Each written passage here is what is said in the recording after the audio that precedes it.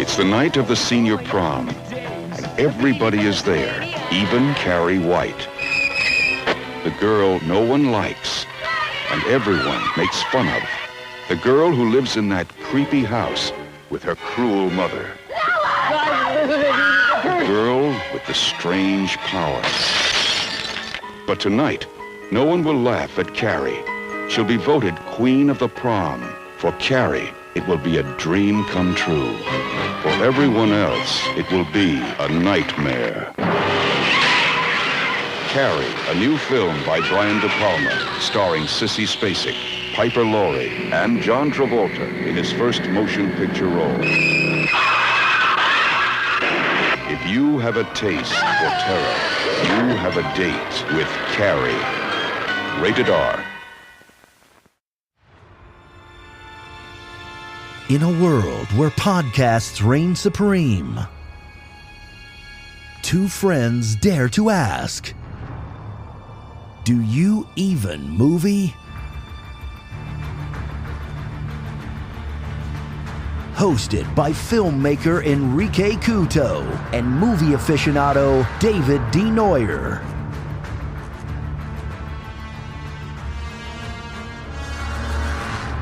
Spoiler alert.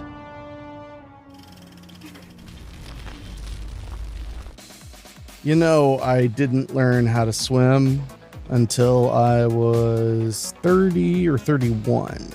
Did you know that? Yeah, because I remember what a big deal it was to see you in the pool at the Walters that one time.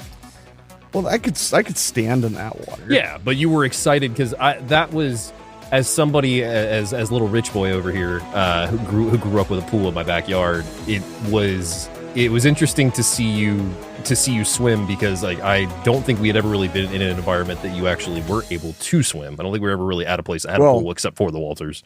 Sure. Well, my dad tried to teach me how to swim by pushing me in, and I drowned. That's the whole story. Yeah. And then when I was growing up, the other incident with the pool was when I was living in the rough apartments. The kind of like the bully of the neighborhood pushed me in to the deep end. And I don't know where my dad pushed me in exactly, but but this kid pushed me in at like the 9 feet, and I'm like 7. I put myself into the deep end once and almost drowned, and luckily there was a lifeguard or just a very nice person walking by that saw a kid drowning in the public pool and jumped in and helped me. But yeah, I almost drowned myself because I went exactly where my mom told me not to go. Well, I was like, my sister pulled me out. She was nearby and she saw me hit the water and she's like, you can't swim. Yeah. When people go like, whoa, you didn't swim until you were like, you didn't learn to swim until you were in your 30s. I was like, well, I had to get over drowning twice. Yeah. and also get over swimming in creeks, which you'll never do. I have no desire to get a brain amoeba personally, but fair enough. Maybe professionally, but not personally. Yeah, I mean, fair. But that all being said, I don't swim very often, yet here I sit across from you, frustrated, tired, and sore because I have swimmer's ear. Yeah, you do. I have an ear infection, and it's great. That leads me to believe that you just didn't Andrew WK hard enough when you got out of the shower to shake all the water out of your ear. Oh, I did. I did everything in my power to try and get that ear dried out. Do you get ear infections like often, or like have issues with it often? This is the first one I can recall. Yeah, I was gonna say. So it's got to be decade or more since I've had an ear infection, if at all. Yeah. Yeah, I don't recall the last time I did. I think the last time recently is when you helped me out when I had an ear infection, but I had that ear stopped up. Yeah, that was like the worst thing that I've encountered ear wise in probably a good while. I can't remember the last time I had an actual ear infection. Had to have been a little kid. Want one? I can help you. I'm good. I could swab mine and then try to. I was already nervous sitting next to you at the theater, to be honest. I was trying to do this the whole time in case you didn't see. Oh, I thought you were just covering one of your ears, so it was half as scary. But I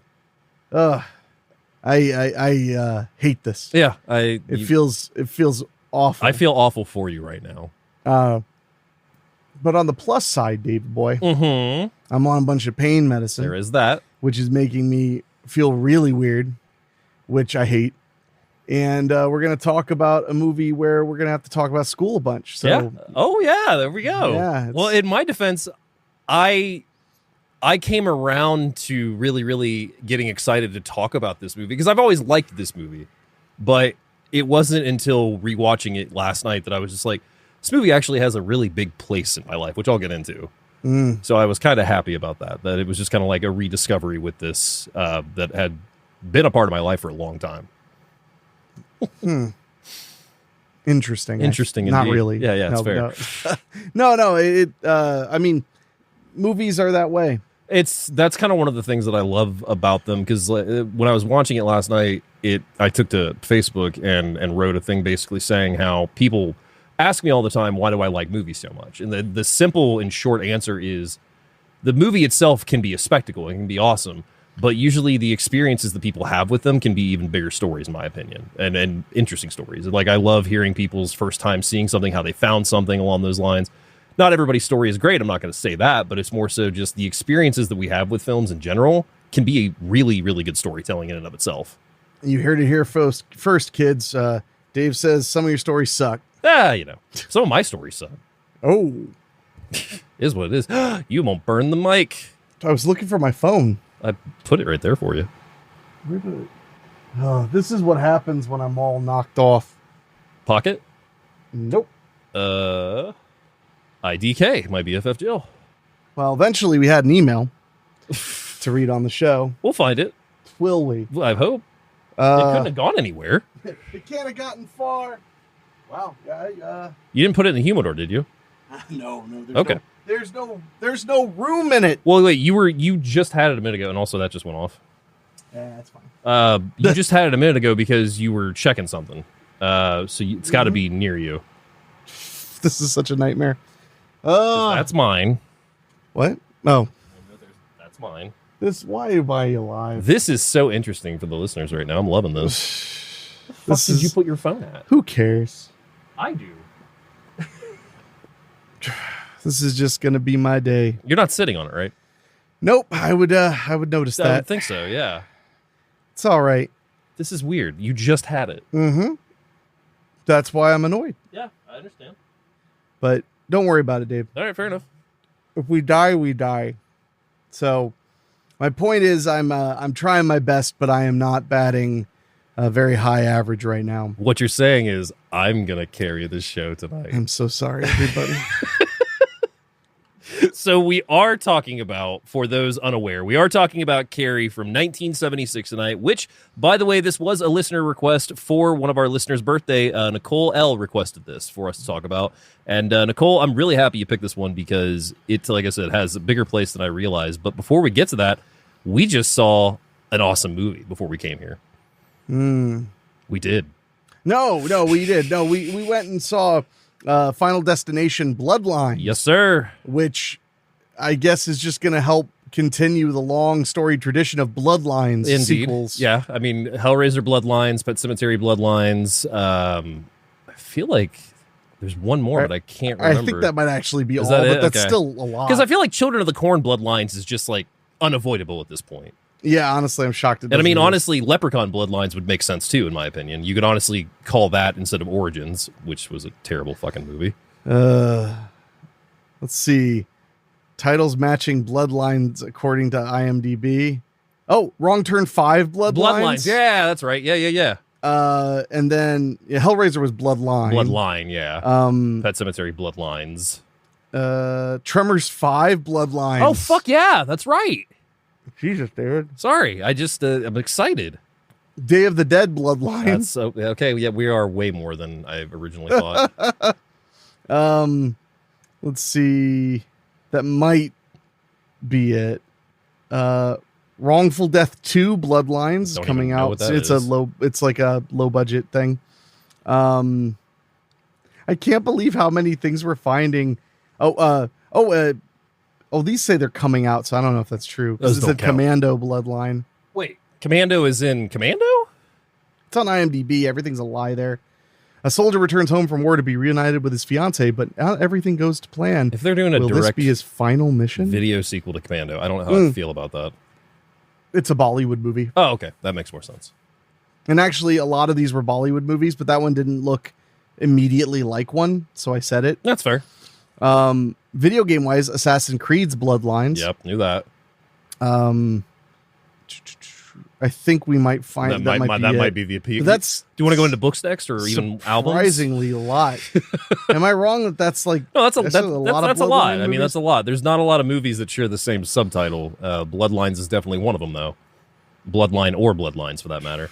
But no, we went into this movie obviously amped because Final Destination movies, as we talked about when we did our episode, are a blast. When did we do that? A couple weeks ago. That's fine. Actually, last week. I'm all off right now. It's fine. It was last week. It was last week, yes. But yeah, no, when we talked about Final Destination, like we highlighted that it's just the way that there's your fucking phone. Oh. Why'd you interrupt? You were making a point. What? I'd interrupt myself because I saw your phone.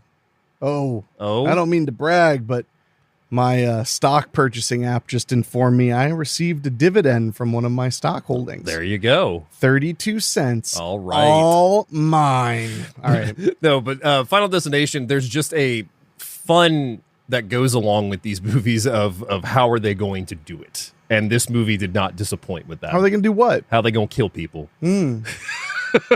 Well, but there's the twofer too. Yeah, because you see a bunch of people die at the beginning. Yeah, in wild ways. Yeah, and then the vengeance for them, not dying when their time had come. Yeah.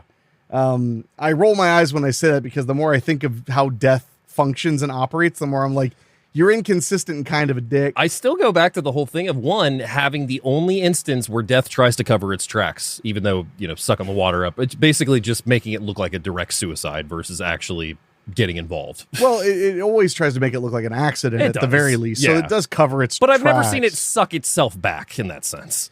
Yeah, that was a little interesting choice. Yeah, but I mean, Final Destination Bloodlines, what I think we both liked about it for this one was the approach that they took with the storytelling, because it wasn't the same format as they've done in the sense of the past. Not really. It definitely felt different in a way that I liked. The opening death was very well thought out, really fun. God, I was shocked how wild that opening was. It just kept getting more and more insane, and then the carnage just didn't stop. No, we never did get a title. We didn't. No, I mean at the very end, that was it. Yeah, but yeah, I think my favorite thing about this, which as we did coverage of it last week because of Tony Todd, the send off that they have in this movie for him, it's so good. It's perfect. The way they wrap up Bloodworth. Yeah, and I don't feel like that's much of a spoiler because Tony Todd is no longer with us. Yeah.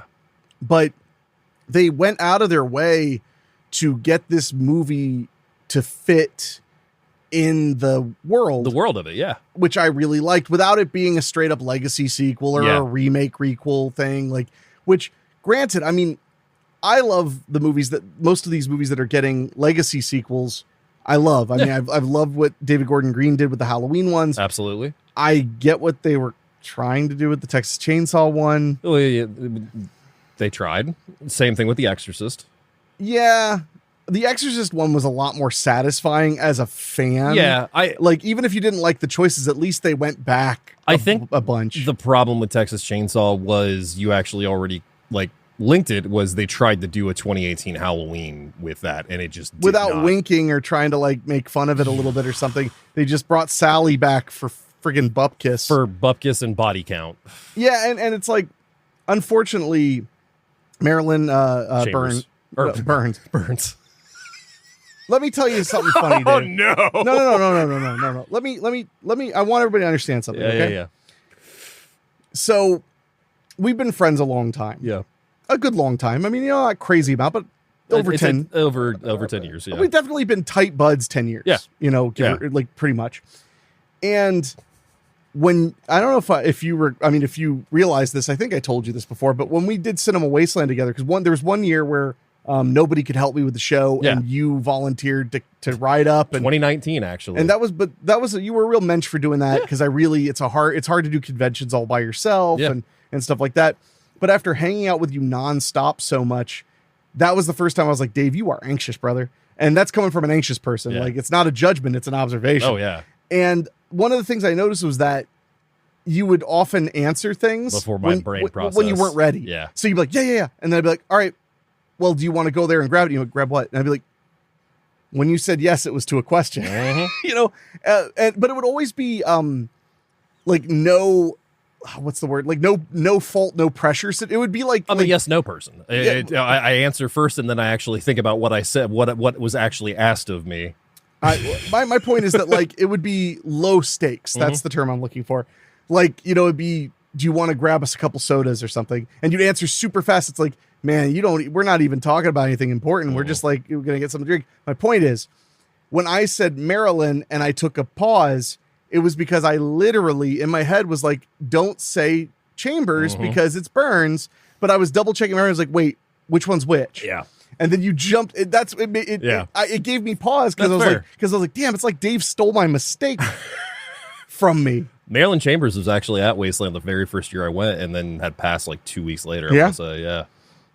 But Marilyn Burns, who played Sally Hardesty in the original Texas Chainsaw, she passed away quite a while ago. Yeah. So they had this actress who was fine, but they had her come in and be Sally.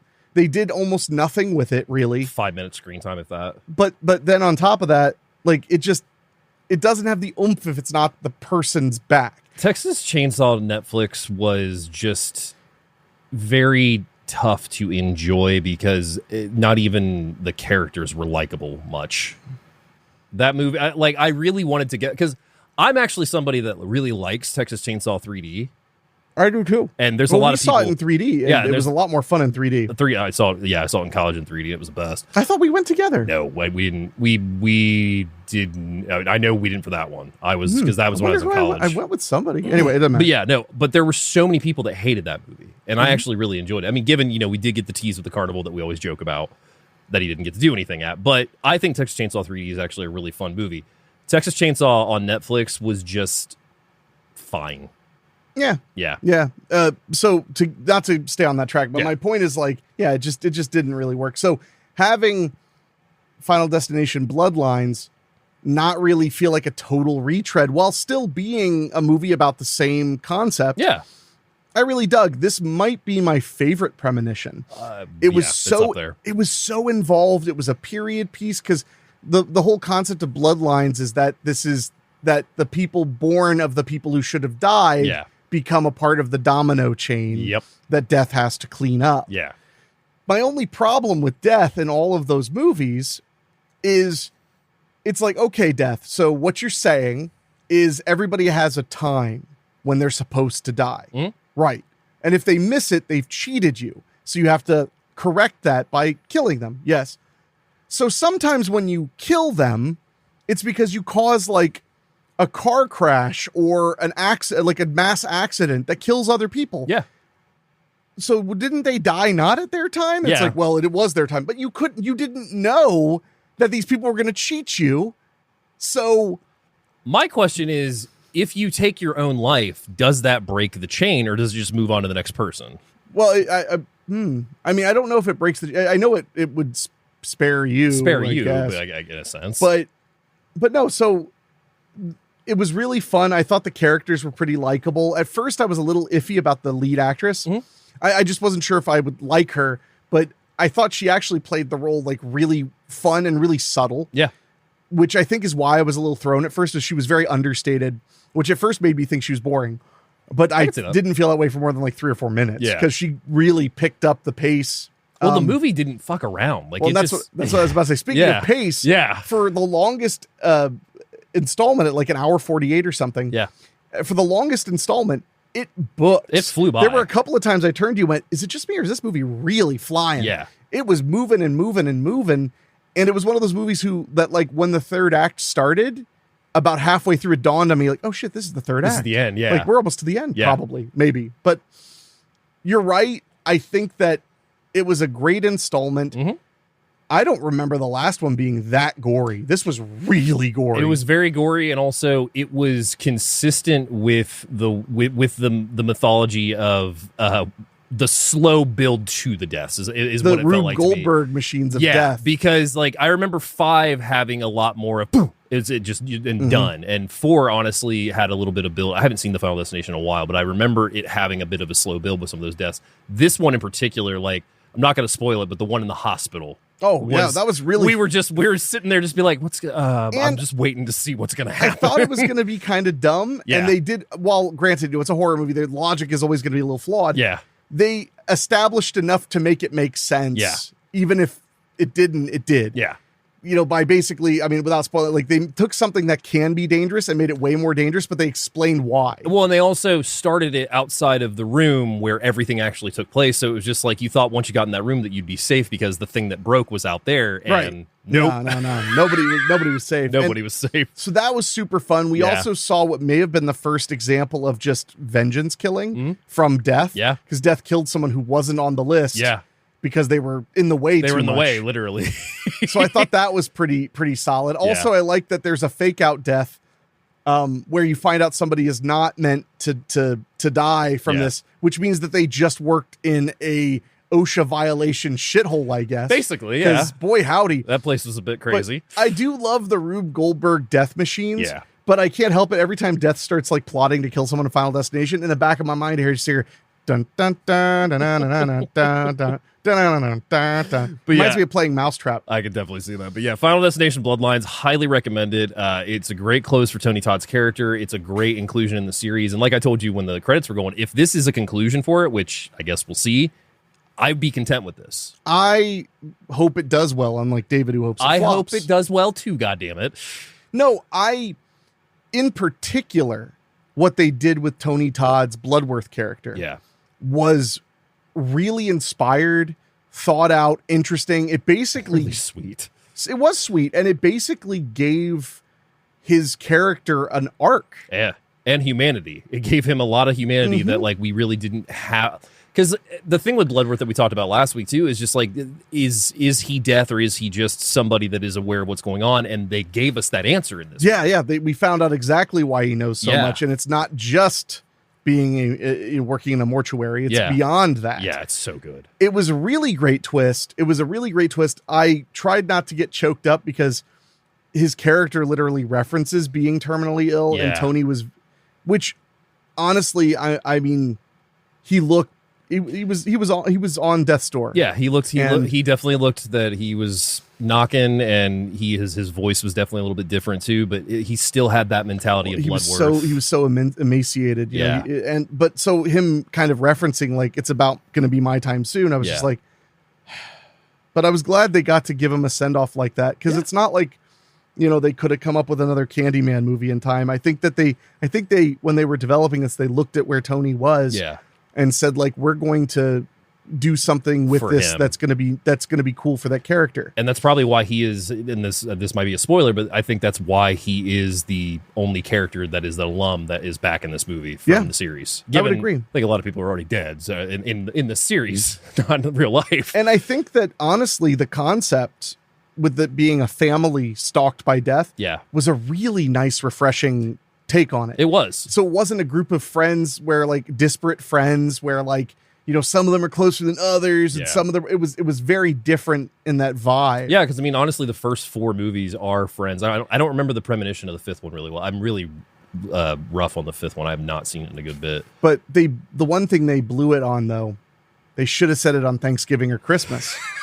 Cause you got a family and everything. Like there is that. Part of me was like, that scene with the cookout with all the crazy Rube Goldbergs happening is like, could have been at Thanksgiving. But hey, you mentioning holidays also brings up another movie that we didn't see together, but we both saw, and that is Clown in a Cornfield. What holiday is in? Oh, Founders Day, or was it? It was technically Founders. Founders. But I mean, it's very Halloweeny. Let's be honest. Is it?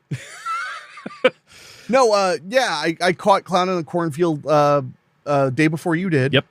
I caught it in the theater. Directed by Eli Craig, who did not only Tucker and Dale versus Evil, but if anybody has not seen Little Evil on Netflix, the Adam Craig movie about the evil kid, really funny, and he also directed that. I have not seen that. That's a really good one. I've heard good things. Tucker and Dale versus Evil is one of those horror comedies that works for me. Yeah, it's immaculate. Like very much works for me. That being said, I'll 2 seconds. Clown in a Cornfield is basically the story of this town that has this clown mascot. I thought you were saying it's basically the story of this book. This book, no. That has this clown mascot that was this corn syrup company that went bankrupt, and basically the town holds on to the idea of Friendo the Clown. Like that's their mascot for the town. Yeah, it's the mascot of the company that built the town, basically. And the teens in the town are harassed by or are basically looked down upon by the townspeople. They do not like the youth and everything, and then all of a sudden some of the youth starts dying. Well, the reason they don't like the youth is they believe that they burned down the factory. And of course, the investigation showed it was an electrical fire. Yeah. And now half the town is out of work. Yeah. And there were a few moments in there that really, like, I did like the movie quite a bit. Yeah. I have my big nitpicks are with the weird tonal changes. Same thing you and I have on this, yeah. Because it was at first a kind of teen screams slasher movie, and I'm starting to notice something. Mm-hmm. If you make a slash, it seems like if you make an honest to goodness slasher movie in today's era, I mean, like on a higher level. Yeah. Like Hard Eyes. Couple million, like Hard Eyes is a really good example. They really, I don't know if it's intentional or aware or if it's just coincidence, but they really come off like those early 2000s slasher movies. They really do. Like Sorority Row and Black Xmas and stuff like that. The opening title card of Clown in the Cornfield just gives you everything that you know is about to happen in this movie. And if you are not with that title card, this movie's not for you. I got a real kick out of it. And I did enjoy it. Yeah. It is very much a basic slasher movie. Mm-hmm. Some really good casting choices. I thought the lead actress, I liked her a lot. There's a thing with actors, especially with actresses, where like there's just something sometimes that'll be like odd about them, but not in a negative way. Yeah. Like, it's like, this is a terrible thing, but I don't give a shit. I'm on pain medicine. Like Julia Roberts, I like to give her as an example because Julia Roberts is, well, first of all, she's one of the most beautiful women in the world. Yeah. She's kind of ugly. And when I say ugly, I mean like the traditional standards are you don't have big teeth or you don't have a pronounced this or that, but she's gorgeous. Yeah. Doesn't matter. Yeah. To me, that's just somebody having really interesting beauty or whatever. Yeah. And that actress was very pretty. Her voice is interesting. Katie Douglas, yeah. And I mean that in a good way. Like, I like her voice, but there were a few times she said things I was like, damn, she has a raspy voice. She has like a kind of oddly deep voice. She does. Not like Tom Waits. Not like No. Hey, Dad. But I thought she was great in it. I thought she was definitely older than she was playing, but I didn't realize she was like 8 years older than she was playing. So kudos to her on that, because she did a really good job. I actually thought the dad was one of the best characters in the movie. He was just really fun. There was a part where that got me choked up where he ends up mad at his daughter and he just turns to her and says, I'm trying. Yeah. And I was like, oh my God, because they basically, the basic setup is this young woman and her father moved to this little town in Missouri, yeah. And he's recently lost his wife to an overdose. A drug overdose. And he's a doctor. Yes. So he's left the emergency room and become a small town doctor, which is such a classic cliche setup for not slasher movies, just in general movies where like a lot of alien invasion or, alien movies, monster movies. Pet Sematary 2 was originally what came to mind. Oh, well, Pet Sematary. Yeah. Was the small town or a big city doctor goes to small town. Yeah. So was Arachnophobia. Yep. Yeah. It's a kind of a common trope. But it's not a slasher movie trope. It's just kind of a trope to have like one fish out of water. Yeah. A lot of those sci-fi original movies that were coming out in the late 90s and early 2000s were always like, it was either a doctor or a cop. Yeah. In fact, I might have confused that. That might have been, no, it was a doctor. In Arachnophobia as well. Yeah. But a lot of times it'll be that, or it'll be like the big city police chief or sheriff, or when it becomes the small town sheriff. Or if it's a 90s movie, the dad's an architect. That was so fucking common. So I liked that, though. I like that touch that like he's the new doctor in this town. Yeah. That's horrifically economically depressed. I loved the elements with the mom, the daughter and the father. Nothing against the Clown in the Cornfield novel. I never got around to finishing it. I will finish it sometime, but I read a little over half. It's long. It's a long book. Yeah. And I did like it. Yeah. So I've read the first two because I have the third, but I've read the first two and they, like I told you via text, they stuck to it pretty much as far as the meat and potato goes of the story. They did some really cool things that are not in the novel in the movie that I really did enjoy. Yeah, and the book was a lot more. It was, like I said, it was a longer book, so Yeah. it was a lot more expansive. There were a lot Gave of you a lot more deaths, history, a lot more backstory. deaths, and overall, it expands a lot more with Quinn, who is Katie's character that she plays in the movie, and that's what carries through the rest of the books as Sure. well. But I mean, this first entry, and I hope we get a sequel. I would really, I It'd would be love nice. it. Yeah, sure. this first entry I thought was a lot of fun. And like I said, the main critique that I had was just there was bits of comedy, like you and I said, that just it felt odd. Yeah. So at about the halfway point, Yeah. when all hell breaks loose. Yeah. Spoiler alert: people get killed in this slasher movie. Mostly teens. Yes. But when all hell breaks loose, all of a sudden the humor before had been really on point. Yeah. And relatively subtle. Yeah. I mean, little jabs and barbs and little jokes about like small town America, and Yeah. Philadelphia, and stuff like that. I loved all of that. Then all of a sudden it became like really jokey. Yeah. And in my opinion, it didn't come off at all as a horror comedy until about the middle point. And even then it wasn't constant, No. which I appreciated. It But was just a couple entries. Yeah. there were a few moments where like somebody would yell something. Yeah.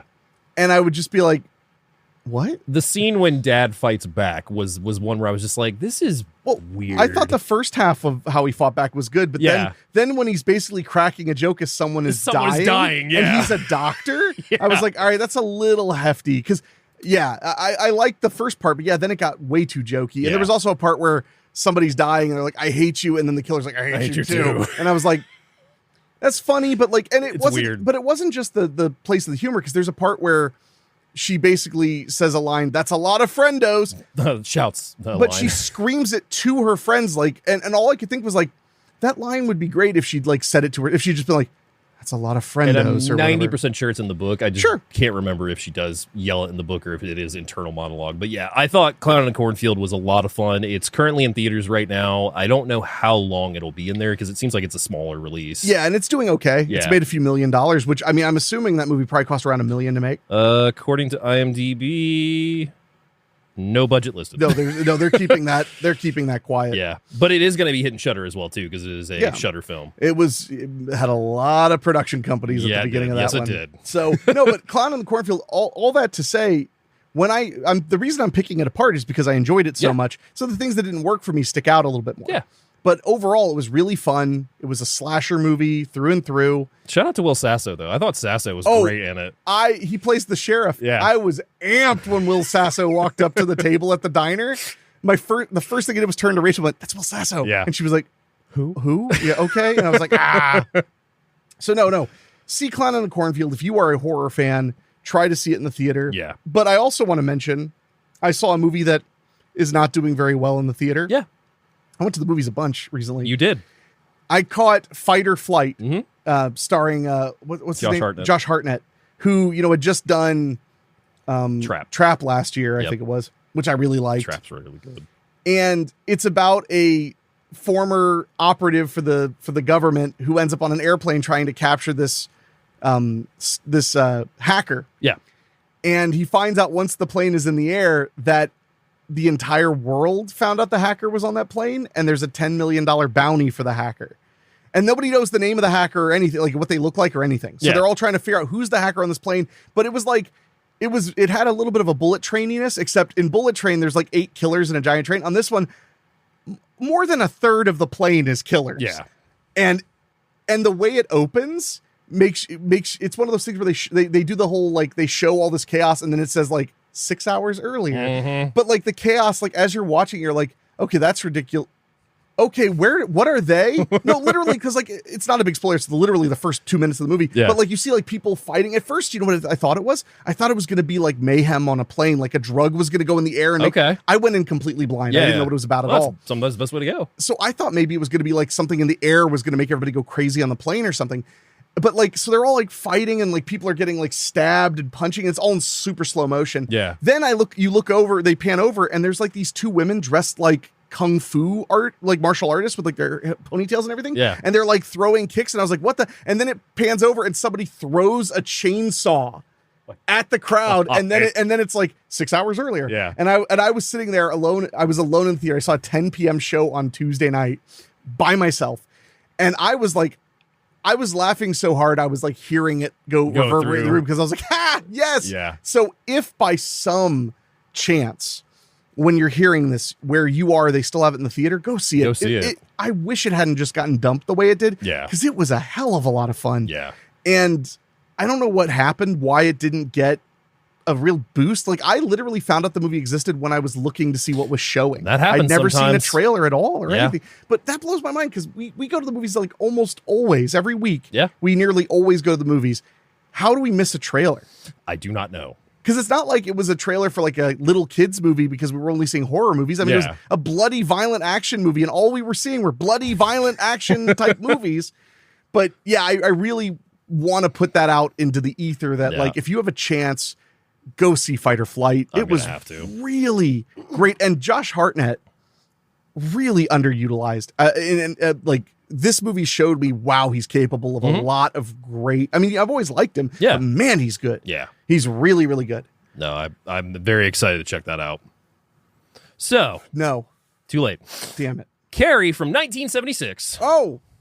What about Carrie? 1 hour, 38 minutes, rated R for intense horror violence, mature themes involving teens, graphic nudity, language, and some drug use. And plugging it up. IMDb synopsis says, Carrie White, a shy, friendless teenage girl who is sheltered by her domineering religious mother, unleashes her telekinetic powers after being humiliated by her classmates at senior prom. I think that's pretty much it. I mean, like, it's a little overly detailed almost. Abused by her fanatically religious mother at home, ridiculed by bullies at school, Carrie White finds a new telekinetic power she possesses once a prank pushes her too far with deadly consequences for those involved. Pretty solid, too. Taglines. Oh, we got some. Well, this is what, 76? Yes. Okay. I like to contextualize, like, because marketing was very different in the 70s than even 4 or 5 years later in the 80s. Yeah. Then especially the 90s to now. Well, and if you watch the trailer that we had at the beginning of the show as well, all the trailers are just like, if you like fear, you have a date with Carrie. Like, the date with Carrie was one of the biggest things. So that's clever. I like that. Yeah. Taglines. You were warned to never push Carrie to the limits. Now you must face the evil consequences. I mean, like I said, it's a different era. Yeah. Things were not quite so snappy all the time. And also, Carrie had the power of being based on a very successful book. His very first successful book, which I'll get into. Yeah. Take Carrie to the prom. I dare you. That's a great title. I like that one. Carrie may look perfectly innocent, but she'll shock you right out of your seat, and that's a promise. I like that. That's a little cheesy, but I like that. A chilling blend of American Graffiti and Psycho. The fuck? The story of a lonely teenage girl who possesses a strange and evil power that turns high school prom into a nightmare. Okay. That's almost a synopsis more than a tagline. The bone-chilling classic based on the novel by Stephen King. Never heard of it. You will know her name. That's a good one. I like that one. If you've got a taste for terror, take Carrie to the prom. That one's all right, too. If only they knew she had the power. I like that one. If you've got a taste for terror, then you have a date with Carrie. That's almost the same thing. If The Exorcist made you shudder, Carrie will make you scream. That's good. I like that one. That's a really solid one, especially because you've got two big movies based on big books. Yeah. So actually, that's a really good one. Solid. You know, that's a solid way to reference something that people liked. They weren't the same studio, I don't think. No, or were they? The Exorcist was Warner Brothers, and Carrie is Paramount. I think you're right. Yeah. Carrie is currently available to stream on Max and rentable through Prime and Fandango right now. Our director and one of the writers on the film is Mr. Brian De Palma. Writer and director on Murder a la Mode in 1968, Greetings in 68, The Wedding Party 69, Hi Mom 1970, Sisters in 72, Phantom of the Paradise 74, Obsession 76, Home Movie 79, Dressed to Kill 1980, Blowout 81, Body Double 84, Raising Cain 92, Snake Eyes 98, Femme Fatale 2002, Sisters remake in 2006, Redacted 2007, and Passion in 2012. He also is the director in 1972 on Get to Know Your Rabbit, Carrie in 76, The Fury in 78, Scarface in 83, Frankie Goes to Hollywood video for Relax in 84, Wise Guys in 86, The Untouchables in 87, Casualties of War in 89, Bonfire of the Vanities in 1990, Carlito's Way in 93, better than Scarface in my opinion. Mission Impossible in 96, Mission to Mars 2000, Black Dahlia 2006, and Domino in 2009. Carrie was United Artists. United Artists. So now they're MGM. Yeah, MGM, yep. Okay. Yeah. So, I mean, you were close enough. Close enough.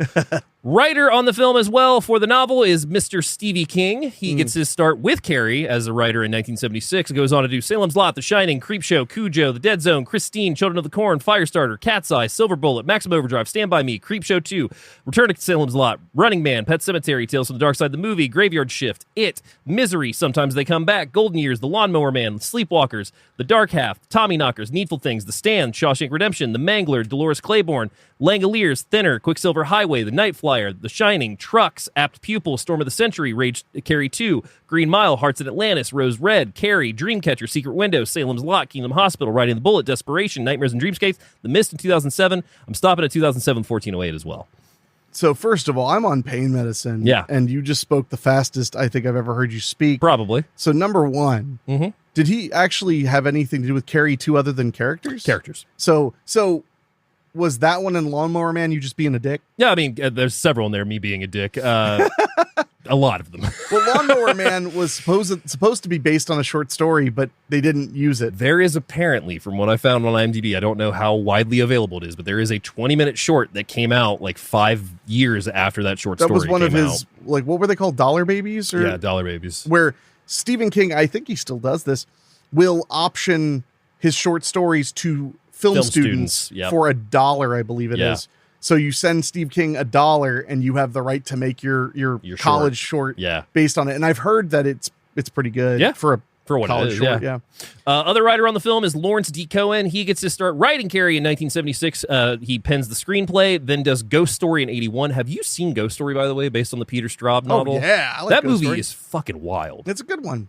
It in 1990, he does the teleplay for. Oh, okay. The Tommy Knockers in 93 does a teleplay for. South Pacific in 2001, Nightmares and Dreamscapes 2006, the Carrie remake, it gets screenplay credit for in 2013, and most recently in 2018, Riverdale. So in the realm of Stephen King adaptations, I grew up in a time where that was very commonly like the tape my mom would grab because she knew that name. Yeah. So I saw it. The double tape. I remember we rented that from the library. I remember that. Do you remember if it was the classic cover that has the novel with the claw coming up, or if it was Pennywise on it? I think it had Pennywise on it. That's the re-release. But we're talking a long time ago. Yeah. We're talking like this was like right when the tapes came out. Yeah, roughly. But I wanted to mention. But yeah, so they were just like I have a very soft spot for like sometimes they come back, sometimes they come back again, sometimes they come back for more. Great ones. I have a very soft spot for Golden Years. I have a very soft spot for Cat's Eye is one of my all-time favorites. Cat's Eye is a good one. But I want to mention real quick, I think, and I'm not 100% willing to like forever this, but I think my favorite De Palma is Blowout. Blowout's fantastic. I think that is such a phenomenal film. Yeah. And I do wonder if the reason he cast Travolta was they got to know each other on Carrie, because I can see that. Travolta's great in Carrie, but it's very early in his career. Yeah. So he's, playing a like fourth banana. There's probably a good chance that several De Palmas will hit the show at some point, especially Carlito's Way, because I could talk at length. I always forget he did that one. Yeah. Which is a good thing, because I love De Palma's stylistic elements, and we'll talk about that a lot in here. Yeah. I do. Yeah. Really, really do. But I'm glad he's not like a Tim Burton where I struggle to remember what movie I'm thinking of, or a more modern, like a Wes Anderson. Yeah. Where like, I'm sorry, like I struggle, like, was that Bottle Rocket or was that the Royal Tenenbaums or was that The Life Aquatic? I don't, like they all look so similar and have such similar casts a lot of the time. Yep. It doesn't mean they're not entertaining movies, No, but absolutely. but it does, like, sometimes it frustrates me. I'm like, I couldn't tell you what movie that was from. Like, I'll quote it and laugh and they'll be like, which one was that? So our cinematographer on the film is Mario Tassi. He gets his start in 1964 as a DP on How to Succeed with Girls, goes on to do Cinderella and the Golden Bra in 64, Swamp Country in 66, The Glory Stompers, Terror in the Jungle, Hot Rod Action, Legend of Horror. Stompers is Glory a dope Stompers. name. Then in 1972, he shoots a little film called Frogs. Cinematographer of Frogs shot Carrie. Whoa. But like in 72, so like 4 years later, he's like, De Palma is like, let's do this. So then he shoots Frogs in 72, Outside In 72, the Marcus Nelson murders in 73, The Killing Kind, Some Call It Loving, A Summer Without Boys, The Stranger Who Looks Like Me, Buster and Billy in 74, Reflections of a Murder in 74, Reports of the Commissioner, Smoke in the Wind, Friendly Persuasion, Hearts of the West, does Carrie in 76, then goes on to shoot Sybil in 76. Oh, wow. MacArthur in 77, The Betsy, Main Event, The Stuntman in 1980 with Steve Railsback. Have you ever seen that? I don't know, but that, Steve Railsback plays a convict that stumbles upon a movie set and volunteers to be a stuntman to avoid the law. That has to be based on a true story, because stuntmen back in those days, it was like it was like pro wrestlers and stuntmen and stuff, and they were all like kind of almost carnies. Yeah. They just kind of found work that wasn't in the straight world. So, O'Toole knows who he is, puts him through hell. That also sounds like show business. It's a really good flick. That sounds great. Resurrection in 1980, Coast to Coast 1980, Whose Life Is It Anyway in 81, Six Pack in 82 with Kenny Rogers. Then his final entry is a Sheena Easton video for Eternity in 87. He passed November 11th, 2021 at age 86. Death cause was undisclosed. Wow, he retired really early. Yeah. Well, I feel bad for him because he never worked for De Palma again. No. Which is shocking. Yeah. Did De Palma have a go-to DP? I mean, off the top of your head, I'm not like, he did. I can't remember who it was because there's somebody in here that he does use repeatedly. Not in here, but there's somebody that he did use repeatedly. And also, Mario was the second hired because the original cinematographer was Isidore Matfosky, but he De Palma had creative issues and split. I was about to say that De Palma's obsession with visuals, I'm sure, could be very challenging. Oh yeah, because the dichotomy between director and director of photography is something I've never had to really struggle with because I'm my own director of photography, which is nice because you have a shorthand in your own brain. You know, you don't have to sit there and be like, could we try this lens? Could we do this or that? Yeah. It's like, no, I know what I'm going to do. And that's one of the things I like, I hate when people bitch about like Soderbergh or bitch about Rodriguez. Yeah. Like, because he likes to DP his own stuff, but the studios like wouldn't let him. Yeah. So it became where he would be the camera op, which I also always respect about Robert Rodriguez. Yeah. Was that he'd be like, well, I have to operate the camera because like that's how I feel like I'm in the moment making the movie, is that I'm like on the camera. Yeah. I can appreciate that. I can too. And I love that Soderbergh just flat out has a fake name he uses, and he's like, that's my fake name for DPing because I DP all my own movies. Yep. And I saw, you need to watch Black Bag now that it's on streaming, because I really loved Black Bag. But the weird thing about that was people were like, the photography was really a weird choice. And I watched it, I was like, this looks cool. There was like one scene where I could tell he was intentionally breaking the line. Yeah. Which is the eye line. Yeah. And the scene is really kind of kinetic and confusing on purpose. It's not, I mean, it's a dialogue scene. It's not an action scene. Yeah. But I didn't care. I was like, man, this is cool.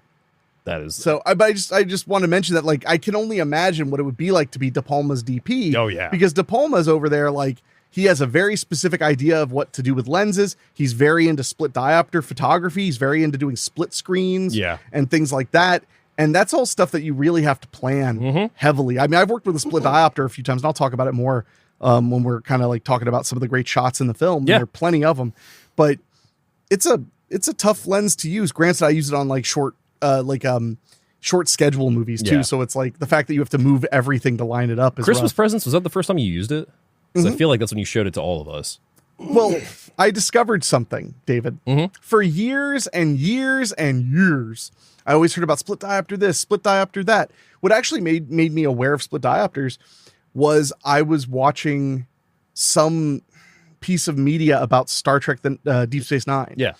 And there are a lot of episodes, especially the later run, where people use split diopter lenses, which then I realized they used them like crazy in Star Trek The Motion Picture, because they had all these scenes where people were, far apart, but they're all talking to each other. They actually created a diopter that was in the middle of the frame so somebody could be in the middle up close. Oh, wow. So what a split diopter is, just to run it down real quick, is it allows you to have something in focus in the foreground and in the background at the same time. Yeah. So you could have somebody's face right up to the lens, fully in focus, and there's a little split you hopefully can't see, and then you could have somebody in focus way in the background. It creates an odd but gorgeous kind of sense. Makes sense. But I'd always heard split diopter this, split diopter that, and I'd always heard how annoying they were to work with, and I'd always heard how they could be very challenging, blah, blah, blah.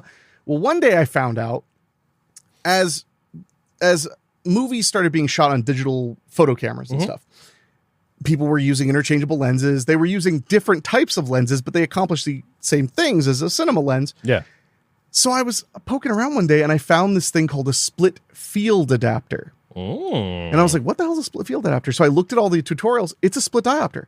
It's just, that's what they call it in photography. I bought one for like $11. I have literally a whole kit of different diopters that are just split field adapters in my camera bag just in case. Just in case. I feel like it. Yeah. Like, but I had been told forever, like, this is a big thing and this is, you have to have all these things and you have to have all this stuff. And I was like, that's weird because photographers just screwed them on the front of their damn lenses. Yeah. So split field adapter, you can buy those for dirt cheap. and yeah. So anyway, but it's an interesting concept in cinematography. Absolutely is. But yeah, De Palma loves his interesting shots. He knows what he wants and he knows how to get it. Yeah, by firing people. That is very true. Apparently. So normally I'm not one to bring up the music on the show, but I've got to give props to this composer because this is Pino Donaggio. And Pino Donaggio, Pino Donaggio gets his start. Go with fish or red meat? Gets his start on a little movie that I actually discovered about a year ago now. 1973's Don't Look Now with Donald Sutherland. Oh, that's his first time scoring. But then he goes on to do Carrie in '76, Piranha, Tourist Trap. That's where Piranha is where I know that name. Yeah, I'd heard it before. It was on Piranha. So what was it? Tourist Trap. Tourist Trap. Yeah, and Tourist Trap. Yeah. Yep. Dressed to Kill. He also did The Black Cat, The Fan, Blowout, Beyond the Door, Body Double, Berlin Affair, Savage Dawn, Crawl Space. Doing Beyond the Door. And then what was the one after that? Beyond the Door was Body Double? Body Double. Yeah, Body That's Double. my point. It's like, those are very a different world apart. Also, Canon Hercules with Lou Ferrigno. That's what's up. But yeah, Pino Donaggio's score in this movie especially is so memorable that when I was watching yesterday and it started playing the scene when Carrie's mom is coming at her in the house, I was just like, holy shit, I remember this theme because it's so really haunting and so really beautiful at the same time. And I have a bunch of opinions about that scene after rewatching it. Oh, so can't wait. We'll see if I remember them. We'll see. If hopefully the pain medicine wears off, except I hope it doesn't because I don't want to scream in pain the whole show. Oh, moving down to our cast, we have Sissy Spacek, who plays Carrie White in the film, gets her start in a little film from 1972 called Prime Cut. Oh, yeah. That is her first movie. Film. Yeah, introducing Sissy Spacek. So does Prime Cut in 72, Love American Style in 69, or actually, wait, Love American Style in 69, 72? No. I might have fucked that up. Either way. Walton's in 73, Badlands 73, The Migrant, Ginger in the Morning, Catherine, Carrie in 76, Welcome to L.A., followed by Three Women, Coal Miner's Daughter, Heartbeat, Raggedy Man, Man with Two Brains, The River, Marie in 85, Violets Are Blue, Crimes of the Heart, Hard Promises in 91, JFK in 91, Trading Mom, A Place for Annie, The Grass Harp, Streets of Laredo, If These Walls Could Talk, Affliction, Blast from the Past, The Straight Story in 99, In the Bedroom, Midwives, Last Call, Tuck Everlasting, 9 Lives, The Ring 2 in 2005. Yeah. North Country, An American Haunting, Hot Rod 2007, Lake City, The Four Christmases, Get Low, Big Love in 2010. Yeah, I loved her character in Big Love. Yeah, The Help in 2011, Deadfall, The Old Man and the Gun, Castle Rock in 2018, Homecoming in 2018, Night Sky in 2022, and most recently this year, Dying for Sex in 2025. Haven't seen that one. I have not either. It might not be out yet. We're getting close to halfway through the year. We are. Piper Laurie, who plays Margaret White in the film, who is one of the two that we are dedicating this episode to because we had two people that have fallen since we have started doing May We Rest in Peace. Piper Laurie was back in 2023, but we wanted to originally include her as to be the reason for the listener request, but we actually did have another person. But Piper Laurie, who plays Margaret White, gets her start in 1950 on Louisa, The Milkman in 50, Francis Goes to the Races, Has Anybody Seen My Gal, The Mississippi Gambler, Johnny Dark in 54, Donna Sirocco, Ain't Misbehavin', Kelly and Me, Until They Sail, Playhouse 90 in 56, The Hustler, Naked City, Breaking Point in 63, and then she retires from acting. It wasn't until she got the screenplay in 76 for Carrie that she decided to come back. So she does Carrie in 76, Ruby, The Boss's Son, Tim, The Bunker, Mae West, The Thornbirds, Saint Elsewhere, Hotel, Murder, She Wrote in 84, Return to Oz in 85, Tender is the Night, Tough Love, The Twilight Zone, Children of a Lesser God, Matlock, Promise, Appointment with Death, Tiger Warsaw, Mother, Beauty and the Beast, Dream a Little Dream in 89. Oh. Twin Peaks in 89. Other People's Money, Rich in Love. Dario Argento's Trauma in 93. Lies and Lullabies, Shadow of Desire, The Crossing Guard, The Grass Harp, ER, Diagnosis Murder, Touched by an Angel, Christmas Memory, The Faculty in 97. Yes. Or 98. She's so good in that. So good in The Faculty. Frasier, Inherit the Wind, Will and Grace, Eulogy, Dead Like Me, The Dead Girl, Hesher, Bad Bloods, Snapshots, White Boy Rick in 2018, and 2021 she does Around the Sun.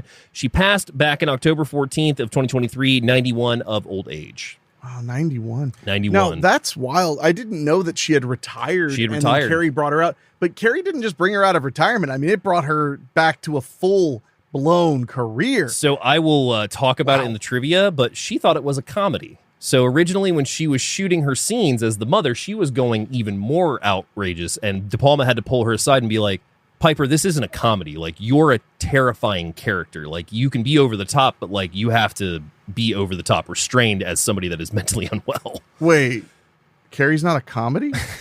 Then why do they bully the nerds so bad? I mean, that's good. It's good. So moving down, we also have Amy Irving, who plays Sue Snell in the film. She gets her start in 75 in The Rookies, goes on to do Policewoman in 75, Happy Days, Panache, Carrie in 76, Once an Eagle, The Fury in 78, Voices, Honeysuckle Rose, The Competition, Yentl in 83, Mickey and Maude, Rumpelstiltskin, not that one. She's having a baby in 88. Oh, yeah. Oh, yeah.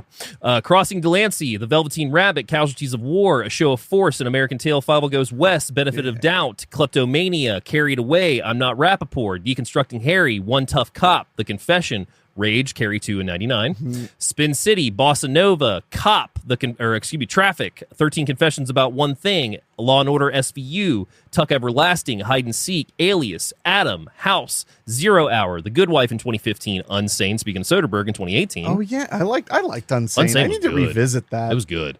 The Affair in 2018, Confetti in 2021, and A Mouthful of Air in 2021. And then wrapping us up cast-wise is the person that we lost recently, which was Priscilla Pointer, who plays Mrs. Snell, which is Sue Snell's mom in the movie.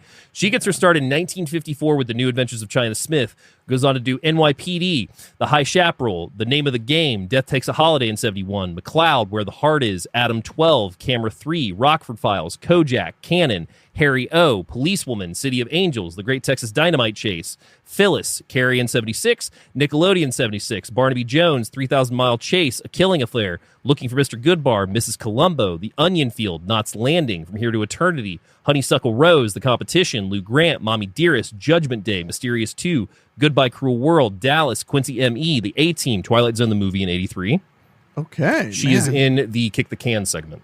I love that segment. Such a good segment. I always forget that's in Twilight Zone the movie, because that's, you know what, that always made me think of Amazing Stories. Exactly. The Kick the Can episode. Yeah. Okay. Or the segment. Yeah. St. Elsewhere in 84, Mickey and Maude, Falcon and the Snowman, Call to Glory, Blue Velvet, Amazing Stories, From the Hip in 87. Then in 87, she also does Nightmare on Elm Street 3, Dream Warriors. Yes, that's where when I saw her in this movie, I immediately was like, oh yeah. Do you remember when they interviewed her about her role in that? I don't. I believe it was, they interviewed Never her. Sleep Again. They interviewed her and she was just like Adam. She was like, my character was a good guy. Yeah. My character was legitimately looking out for those children, and everything that was being told to her was insane. And I love how she was like still in that headspace of like, because she played the character very well. She never came across as needlessly cruel. No. Although she did literally say like, what these kids need is some good REM sleep. Yeah. And I was like, oh, that's the problem. That is how they go. Then again, if there was no problem, there'd be no movie. So there you have it. So also in that same year does Rumpelstiltskin, Rags to Riches, Newhart, LA Law, Chud 2, Bud the Chud. Now, when in you say 89. Rumpelstiltskin, though, not that one. No. Cry for Help. She was in Chud 2? Yeah. Bud the Chud? Bud the Chud. Bud the Chud. Show of Force, The Flash, My Life in Times, Runaway Father, The Painted Desert, ER, Picket Fences, Touched by an Angel, Carried Away, Desert Heat was Jean-Claude Van Damme in 99. Hell yeah. Judging Amy, Cold Case, Sweet Nothing in My Ear, and then she unfortunately left us, was April 28th of this year. Old age, basically. Sure. Yeah. Well, I mean, that's a long, storied career. Interesting thing, her and Amy Irving, mother and daughter. What? Mm-hmm. Amy Irving? Who plays Sue. Real life mother and daughter in the movie. That's nuts. Yeah. I just want to... Yeah? Yeah. Man, that's crazy. Because there's some trivia that I'll get into at the end of the show about one scene in particular where she forgot that was her daughter. I'm curious. Oh, we'll get there. Don't worry. So what was your first time watching Carrie? I couldn't completely tell you. Yeah. Because it was a ubiquitous horror movie. It was, by the time I was, watching movies a lot as a young man, very young man, it was ubiquitous on TV. Mm-hmm. Everyone talked about it. It got put on DVD right at the beginning of DVD. So I remember renting it on DVD at some point. Had a snapcase, didn't it? Yeah. Yeah. But I remember it being on television a lot. Yeah. And I remember finding it pretty scary.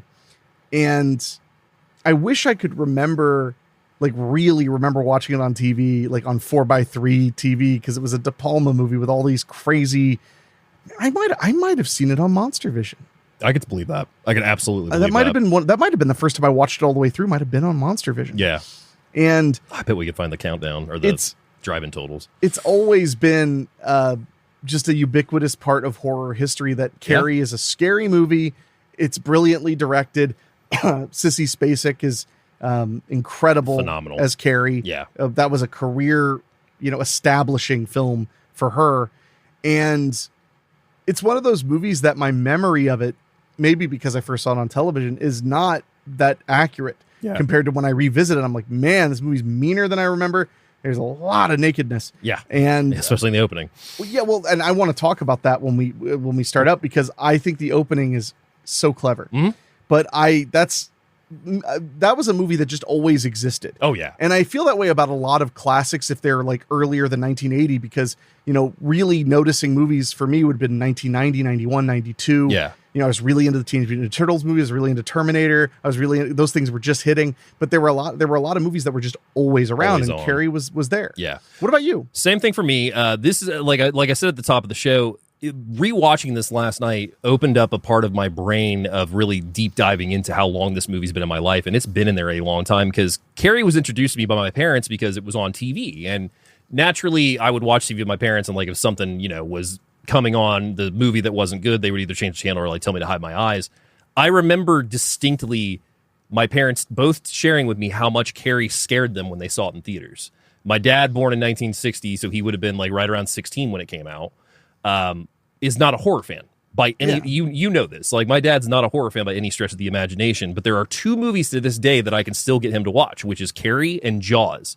And both of those movies, my parents both have stories about seeing in the theater, specifically with the ending of Carrie, which, is not a spoiler at this point. That hand coming out of the grave at the end is a notoriously like top scary moment in movie history still to this day. And didn't no one but the studio want it, if I remember correctly? Yeah. It was smart scare. To end on a big shock. Yeah. So, I mean, Carrie was a movie that, like you said, it was always on TV. So it was my first introduction, I would say, into horror, because of just, it was one that I remember my parents watching, not all the time, but if it was on TV, there was a good chance that it would get popped on, especially if it was towards the end with the prom and everything. Yeah. But it was a movie that made me not only take notice of movies in general, but like, I started learning who the actors were. I started learning more about Brian De Palma, and like my mom would like tell me about some of his movies, like specifically like Dress to Kill and like Body Double. Of course, when I was told about these movies, couldn't see them at that point. Of course, yeah. But the curiosity built there, and then it was just the idea of the movie itself, just all building up to that prom scene, and that prom scene being absolutely violent and grotesque and scary, like just legitimately scary. And when you get older, you realize really tragic, yeah. Like, and I mean, very tragic. And then you just get into the more point of it, of just the fact that like this was a movie that my parents showed their young son probably before they should have, but I mean, at the same time, it is what it is. But this movie has been cemented in my life to a point that I didn't realize how much I loved it until I was watching it, because it also introduced me to the world of Stephen King. And I mean, this was the gateway to horror for me. I've often said that 1930s Bela Lugosi Dracula is my gateway, because my mom got me that VHS when they did those re-releases and brought that home to me. Sure. But Carrie, I think, is the one that really expanded it, because I was interested in Sissy Spacek and learning more about her. I remember always thinking of Piper Laurie as being the crazy woman. So, watching, Dario Argento's Trauma or rewatching Twin Peaks recently, she's a really good actress for one. Oh, phenomenal. Well, you don't have that incredible career. Yeah. I mean, the fact that if you started her career at Carrie, she had an incredible career. Well, what's hilarious is I was talking to our friend Celise about this. Is it was so weird having watched Twin Peaks with her recently, because she's older in that, obviously, because that was 89. But I've actually seen her more in like The Faculty and like Twin Peaks, like later in her career than I have seen her younger. So it's kind of a shock seeing her younger in this. So, but yeah, I mean, this movie has been a staple of my life. It gave me the gateway into horror. It allowed me to learn more into who Stephen King was. And it's a movie that everybody knows. The pop culture has been super kind to this movie. I remember when everybody was doing the ALS Ice Bucket Challenge, Dave Grohl did a Carrie for his ice bucket thing. Like, it was basically, they basically did the whole prom recreation with the water falling on him as his. So, I mean, it's through pop culture entirely. And I mean, it's a really important movie, not just for the cinematic elements of it, but just in regards of its place in horror history in general. Well, and not just as a film, but as the first Stephen King hit that then became a hit film. Yeah. So it cemented Stephen King in horror cinema. Yeah. Cemented Stephen King in horror in general. His first novel, his first movie. I mean, there's an interview that I read when I was doing some research he was just like, yeah, you know, I got Carrie out, and then I was just like, well, this will be the only success I have. So then I put Salem's Lot back on the shelf, and I was just like, holy shit. Like, to think about that in this extent of actually what happened from this movie. No, makes sense. So you ready to get into it? Sure. All right. So we open with a shot of high school girls that are playing volleyball. We see that one of them is in the back is Carrie, and everybody is like, get to Carrie. Like, you know, she'll miss it. We can win. And sure enough, Carrie misses the volleyball. And we get a sense immediately that Carrie is not liked by the rest of the class. No, which is weird because, you know, usually the one class where everybody treats the odd one nicely is gym class. Yeah. And not to mention in our cast of Mean Girls, we have PJ Souls, who plays Norma. Famous for Rock and Roll High School and Halloween.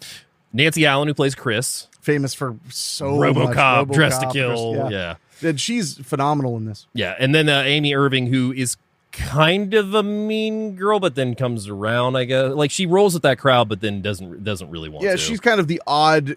She's kind of the black sheep of popular girls in the film, So Carrie misses it, and they all get dismissed to go hit the showers, and that's when we get our opening title card of Carrie as we are in this high school locker room. And the reason this sequence is great is because this is the time to establish the tone of the film. Yeah. We get this lingering, gratuitous, all slow-mo of all these young girls showering, and there's naked as jaybirds, full frontal, everywhere, running around in slow-mo.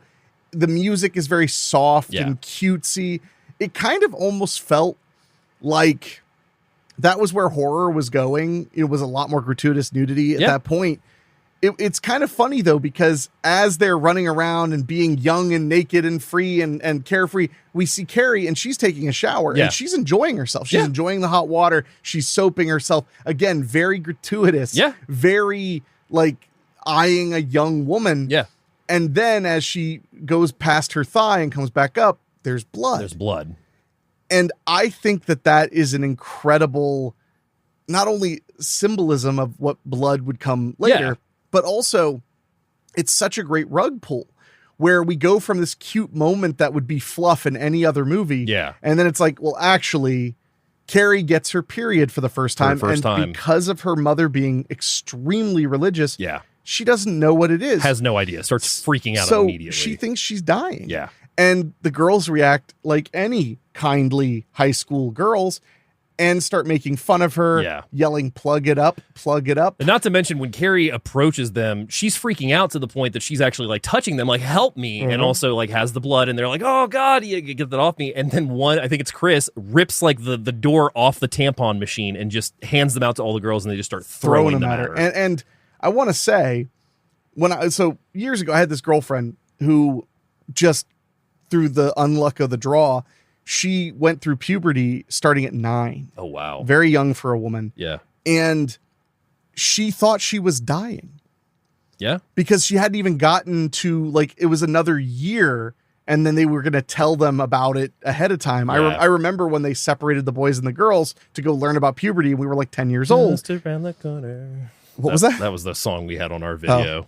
Did they give you a half stick of Old Spice, like the little travel? No. They didn't give you any deodorant? I don't believe so. Is that why you still stink to this very day? I have deodorant in my bag right now at your house, so fuck you right now. Well, I keep deodorant in my house too. This is my deodorant. But no, they literally, it was like they gave us a little stick of deodorant and maybe a couple other things. The boys, I don't know. They probably gave the girls like tampons or pads or whatever. I knew about women's menstrual cycle very young because I lived in a house full of women. Yeah, makes sense. So I remember this is so weird, but like I remember the first time I saw like something bloody in the trash can, and I was like, yeah. And I was just like, what happened? And my stepdad just like looked over. He was like, nothing to worry about. That's a Kotex. And I was like, what's a Kotex? He was like, this is all it was. It was like every month women bleed. Yeah. And they use that so that it doesn't get everywhere. And I was like, oh, that was it. That was it. And I was probably 6. Yeah. So I knew for a really long time that women bleed every month. Yeah. No other context. Yeah. And that it was fine. Yeah. And that they used Kotex. And forever, to this day, I struggle not to say Kotex like you say Kleenex for tissues. Yeah. Because he gave me like the nomenclature of like when he grew up in the 70s. Makes sense. Where they always called it a Kotex. Yeah. Now most people call them pads. Well, I think they even say Kotex in the movie, actually. I'm sure they do. Yeah. Yeah. Well, he probably was, he would have been in high school like 3 years before this movie. Yeah. He probably would have graduated at that point. So yeah. So just a funny little side note, because I grew up around women. So I had to find out about that pretty early on. Yeah. But yeah, I remember, hearing that story from my first girlfriend was telling me that she started at 9 years old. And so she was terrified. She ran to her mom, was like, what do I do? What do I do? And her mom was like, it's okay. Oh my God. Because they were all like, but she said that the worst part about that whole experience was that her mom was like, well, this is a normal thing. And she was like, okay, why are you calling the doctor immediately after you tell me it's a normal thing? Yeah. Like, because they did want to make sure she was okay. Because she was very young to be going through puberty. And I could only imagine, though, being like, it's fine. It's fine. When can we come in to see the doctor? This is normal and natural. Tomorrow, I guess tomorrow I'll have to do. You're fine. Yeah. So, but it's also, there's so much story accomplished by this sequence. We find out how cruel these girls can be. We find out how kind of disconnected Carrie is, because she should have found out about periods just from having friends. Yeah. But she has no friends. She has no friends. And her mother is very religious, so didn't want her learning sexual education, doesn't want to talk about those things. So it's just chaos. It's total chaos. Total chaos. And it's a very woman trauma. Yeah. That I think is depicted really well, considering it's based on a book written by a man, directed by a director that is a man. Yeah. But I think it's very fair. Yeah. To how scary and challenging that whole situation could be. No, absolutely. And it sets the tone for the movie right away, too, because we also have Miss Collins, who's the gym teacher, intervene, and she is pissed because she sees what's going on and everything, and then also realizes that, like, the girls are not helping the situation, and also now she's got a traumatic Carrie to deal with. And I've always had a soft spot for movies where teachers, faculty people witness bullying and don't want it happening. Yeah. Because that didn't happen a lot when I was growing up. So I always have a soft spot for that when like a teacher is clearly like, I see what's going on here. Cut it the fuck out. Yeah, no, like exactly. I was your age not that long ago. Yeah. Stop being shitheads. And when she dresses down the girls a little bit later, not even So that much good. later, basically tells them like, if I hear anything else like this, I'm going to rescind your prom tickets. Yep. Which is great. She knows these girls are all so obsessed with status. Yeah. And also there's that whole sequence where it's during the same scene where she like asks them who they're going to the prom with to make it clear it doesn't matter. Yeah. Like she's just like, no, who was it? Who was it? Oh, lucky him. Like she's just like, it's just like everything you care about is stupid to me. Well, not to mention too, one of the other girls that I forgot to mention in the cast is the great Edie McClurg, a very young Edie McClurg playing Helen. I had to look her up because I was like, I know that woman. You're fucked. Oh, so good. So she consoles Carrie, and she's also talking to the principal, and she's just like, the principal is just like, well, what do we do? And she's like, I think we should just go ahead and dismiss her for the rest of the day and everything. And he's like, and she's like, I can't believe her mom didn't talk to her about this. But then he's also like, but we can't intervene because that's their religious freedom. That's their right to, if she doesn't want us to talk to her about that, that's their choice. Yeah. But he also keeps calling her Cassie. Keeps calling her Cassie because they bring Carrie in and he calls her Cassie no less than 3 times. And also while this is going on, I think Collins as well as the principal are both smoking cigarettes. And we start to see a little bit because the only tease that we get of the power in the locker room is a light breaks. Yeah. When they all are ganging up on her and the teacher comes in, there's a light that shatters above them. That's the first thing we get of her powers. Yeah. Whereas in the office, when he keeps calling her Cassie and he's like, you're welcome to go home. You're dismissed for the rest of the day. And Collins is like, you don't have to worry about PE. Go ahead and take a study hall for the rest of the week. he's like, I'm really sorry about this, Cassie. And she goes, it's Carrie. And the ashtray just shatters as it hits the floor, flying off the desk. And it's again, no wasted motion. This is the moment we start to realize that Carrie has some kind of, psychokinetic ability. Yeah. And psychokinesis was a very popular topic. It was. During that period of time. King was not, he didn't pull that out of his butt. No. People were talking about it all the time. They were talking about the idea that it was real. Was this the time at the same time as like Whitley Strieber doing like communion and stuff like that? Because that stuff kind of that was also kind of part of that as well. I'm not sure. Yeah. But this was also around the time that James Randi fooled that the researchers at that major college institute. It's escaping me right now. Randy. But he had these kids fool the researchers by doing magic tricks and lying. Yeah.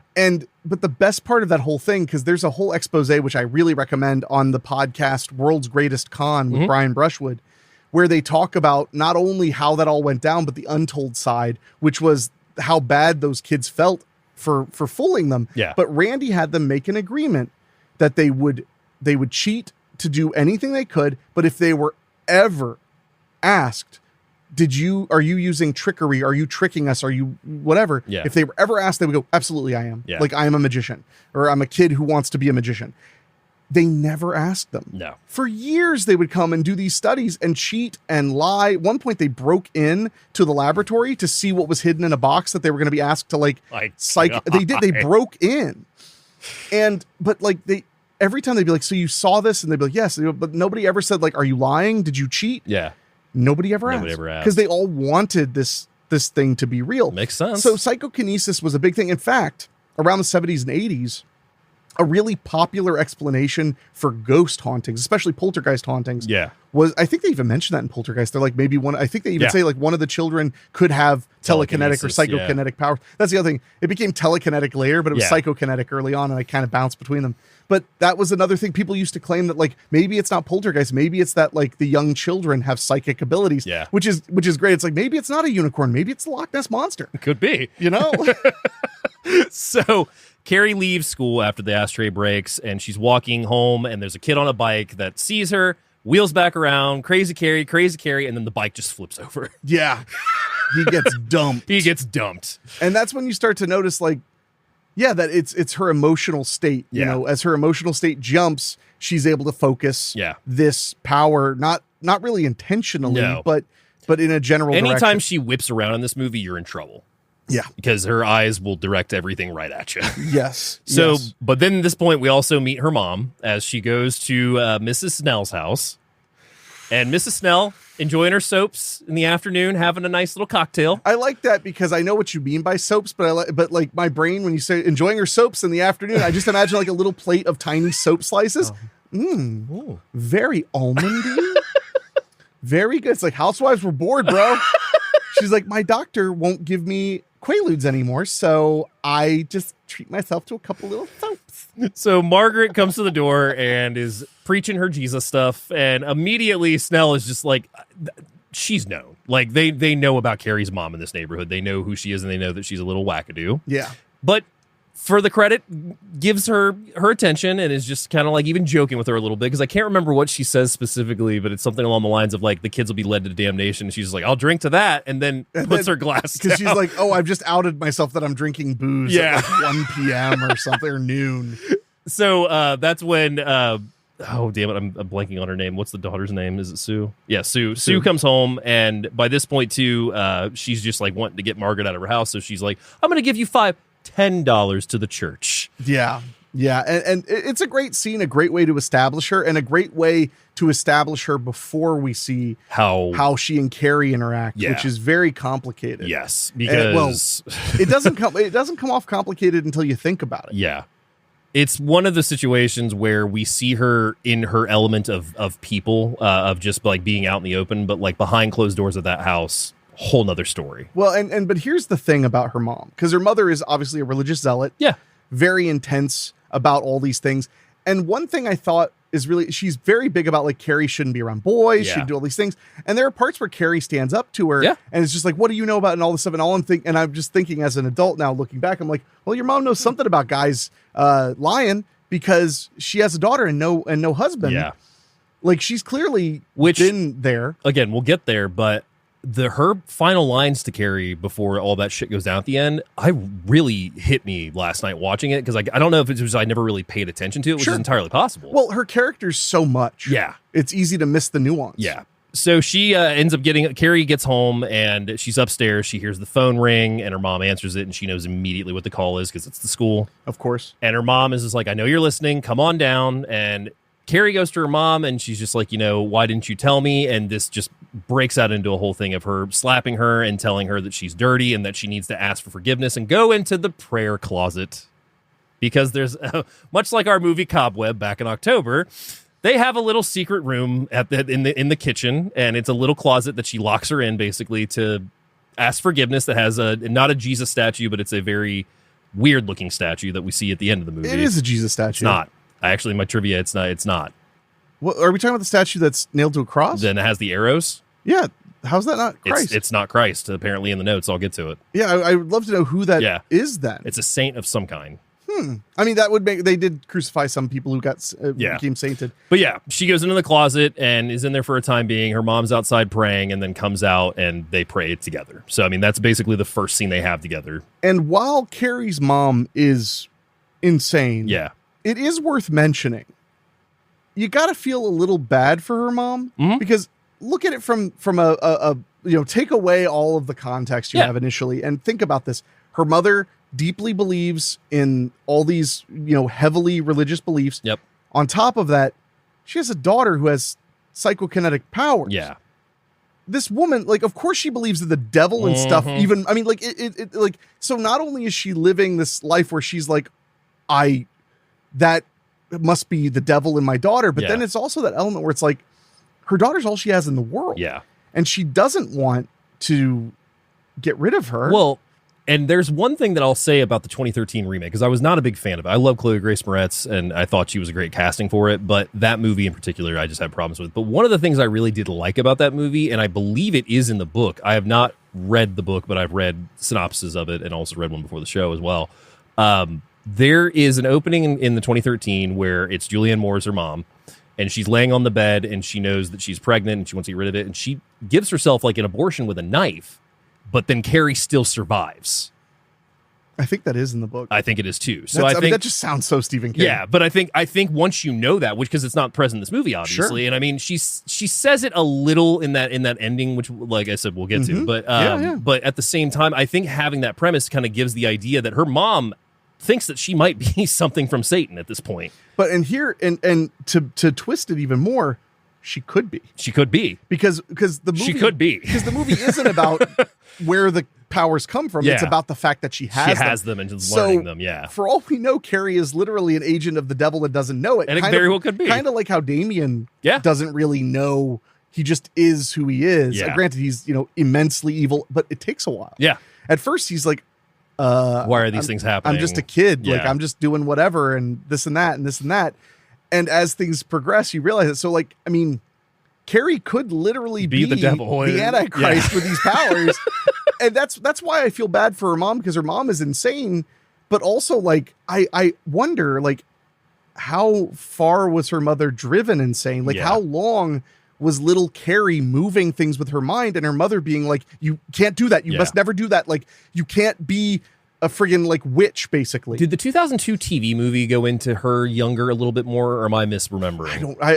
It's been a while. I only saw it when it aired. Yeah. With Angela Bettis? Yep. I remember thinking it was all right. Yeah.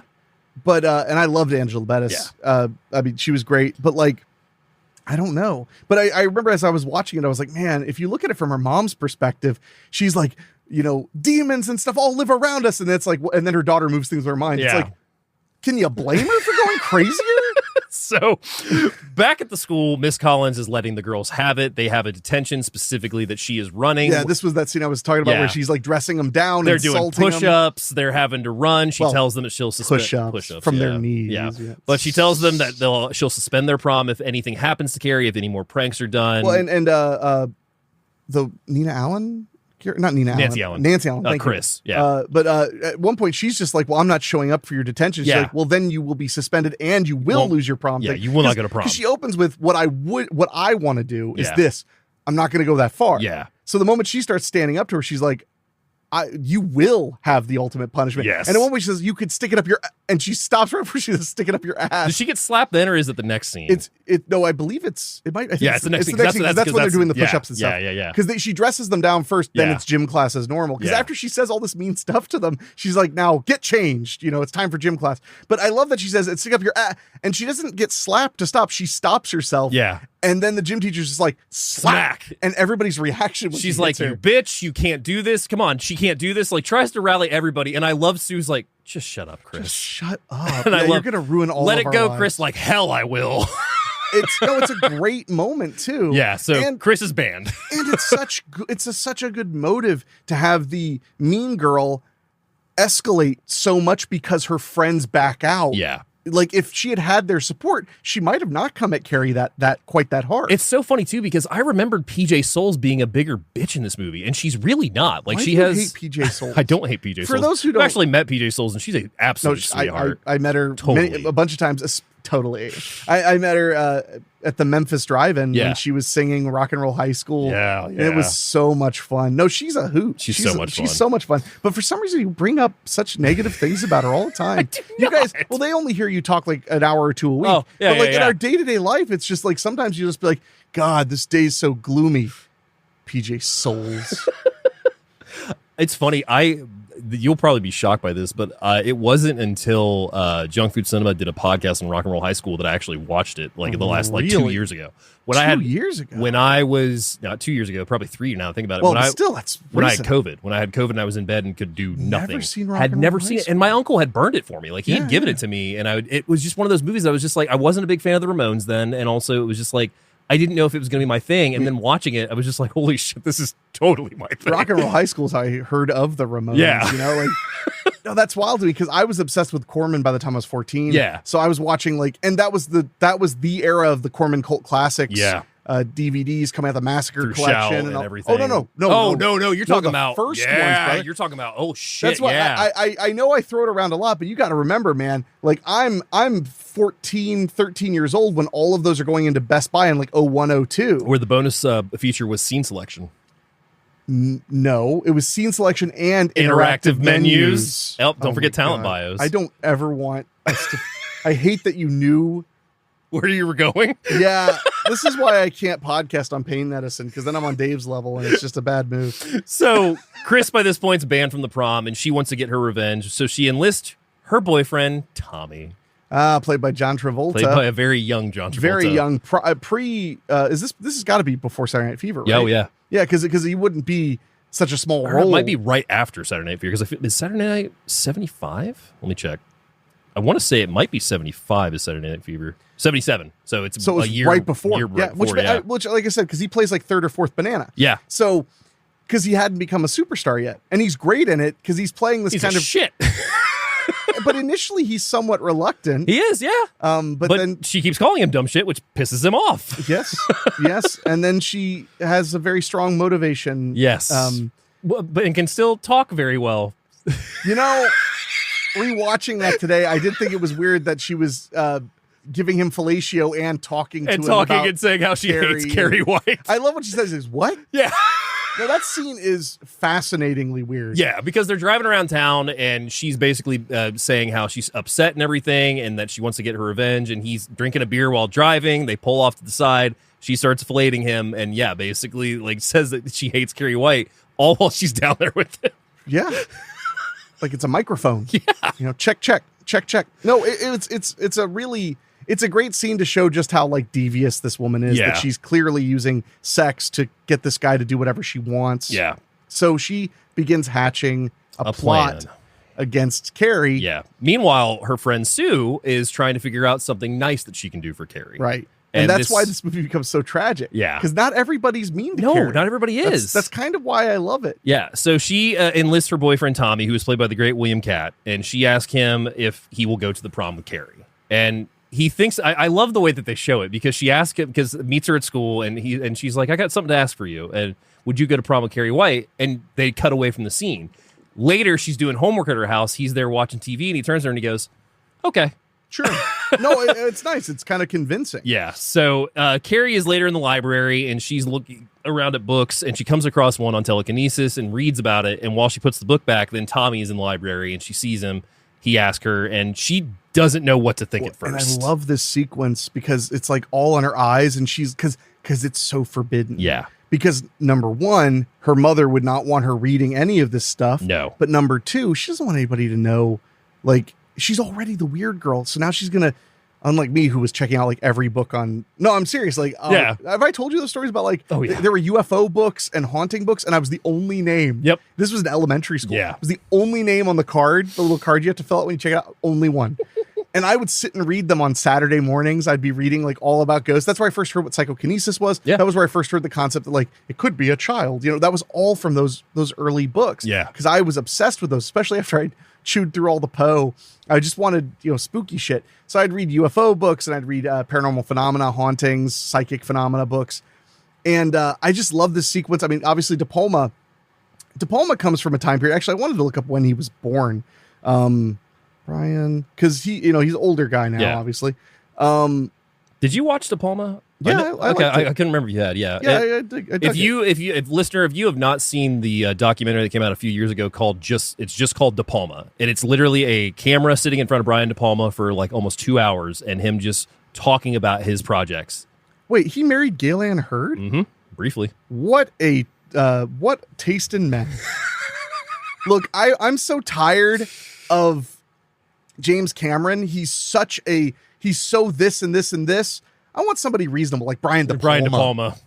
Of course, then he's rich, so it doesn't hurt. But De Palma was born in 1940. 40, okay. And the reason I mention this is because I think that's one of the reasons he has the level of style that he does. Yeah. Because if I were to look up when was the first talkie released, the first film, so 1927, but it wasn't widely available. It became a bigger deal in the 30s that movies would all be talkies.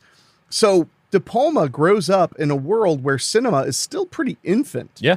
And where a lot of the films he probably grew up watching were silent. Makes sense. And if you look at the way, I think that he really had a sense for the art form of film. And I don't mean that in a snooty way. It's just film has become so much more than its original concept because as time has went on, people have become much more obsessed with the narrative, which I am one of those people. I'm not somebody who believes film is solely visual like a Kubrick or something. But unlike Kubrick, I think in general, De Palma was very good at both. Kubrick had his moments on both. I mean, he's made some of the best movies ever made, and some movies I find really kind of boring and dull. Yeah. But he did what he was trying to do. He did well. Oh, yeah. So my point is that De Palma came from a world where film was a visual medium. Mm-hmm.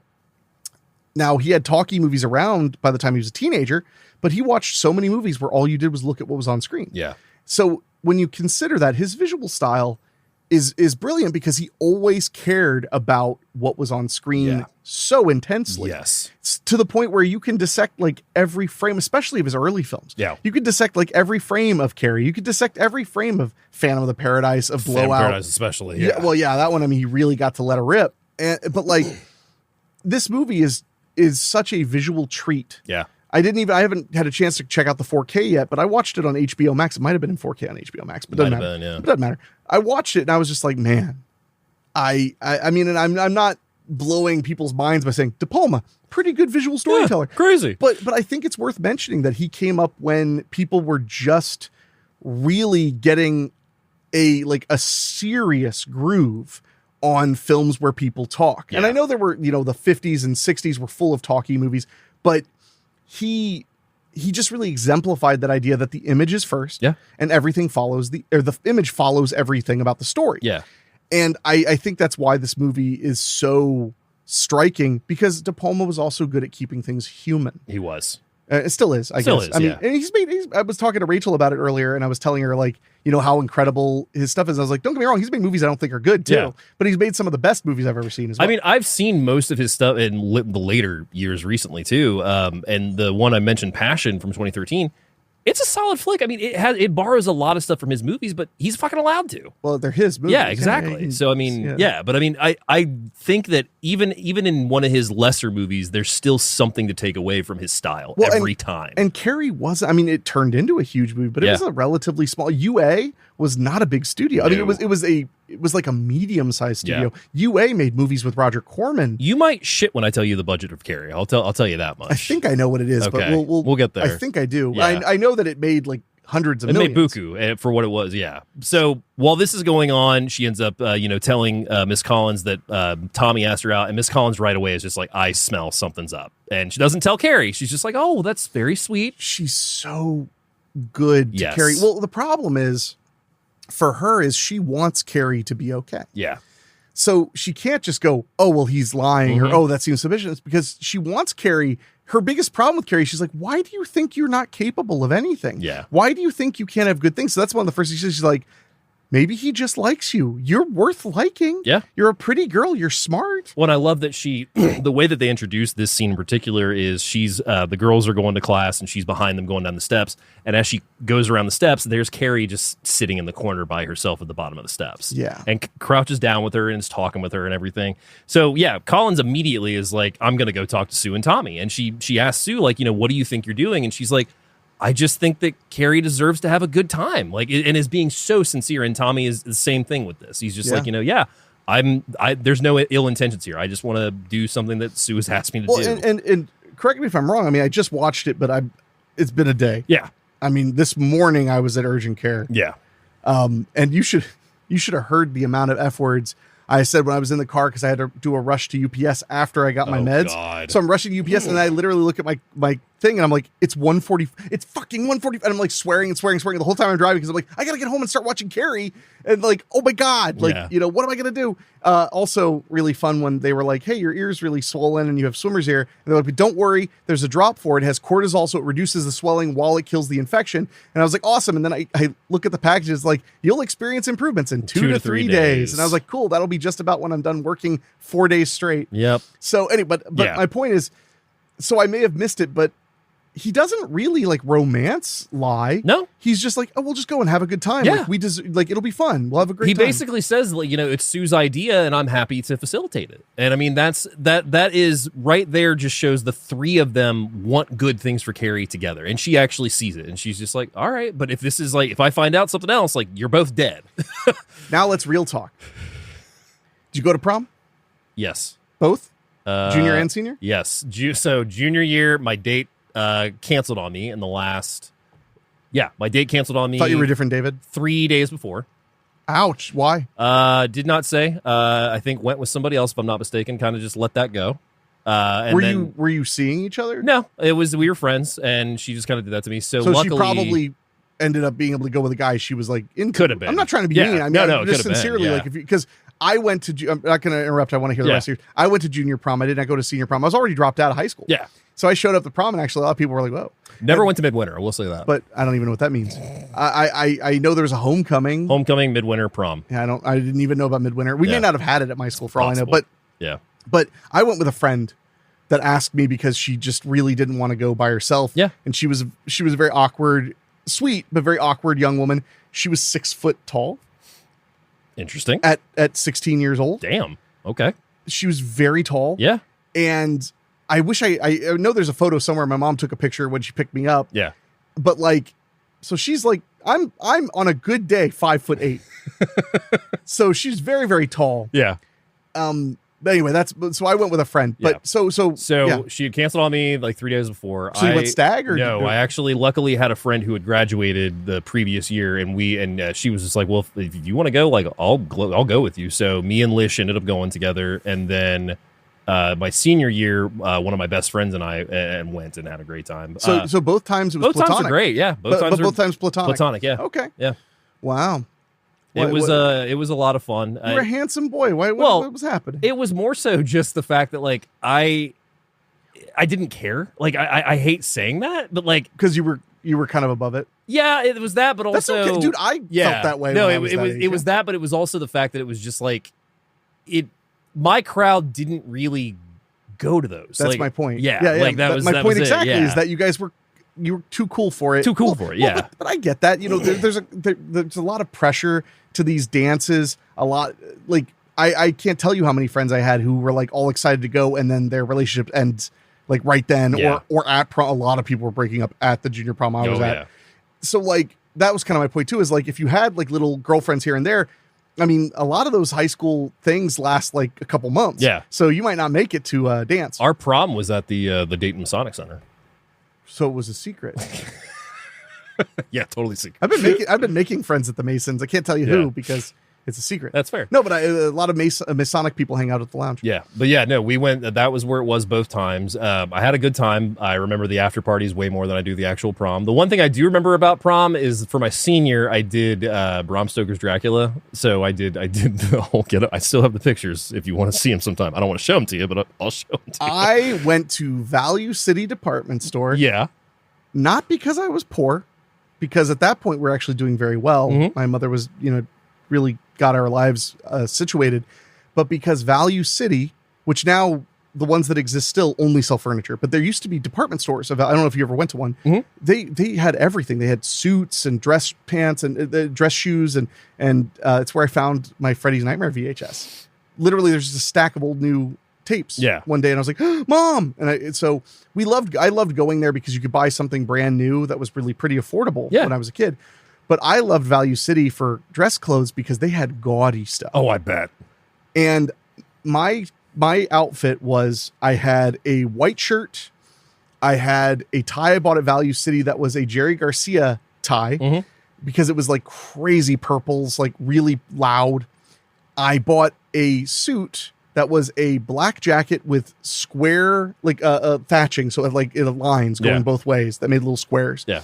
And the pants were royal blue, like bright blue. And then I went to Today's Man at the mall, which and bought blue gator shoes with gold tips on the toe. Nice. And that was what I wore to the prom. Yeah. And I wore that suit so many other times too. I wore that to so many conventions and things like that. I did realize I misremembered my senior homecoming is when I did the Dracula. I dressed up for both proms. I had to think about that for a second. And when you say Dracula, you mean just like in style, or did you wear like makeup? I had a wig. I had the hat. I had the coat. I had the cane. I had the glasses. Yeah, it's bad. I'll show you a picture after this. Maybe I'll even post the picture when this episode goes up on the DU Movie Facebook page. Wow. Maybe. But yeah, no, prom for me, I had great times at both. Luckily, like I said, the whole thing with my date canceling on me, like, it sucked. Like, I mean, that fucking sucked. But luckily, my friend Lish came in clutch for me. I feel bad even remembering it because I did not have a good time. I hated being at the prom. I didn't like the people there. I had a few friends that were there who were excited to see me.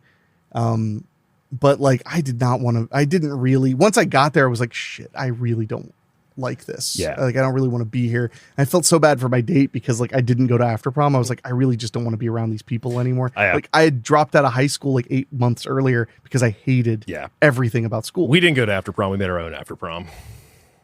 I had a hot tub, man. What do you want? Fucking people.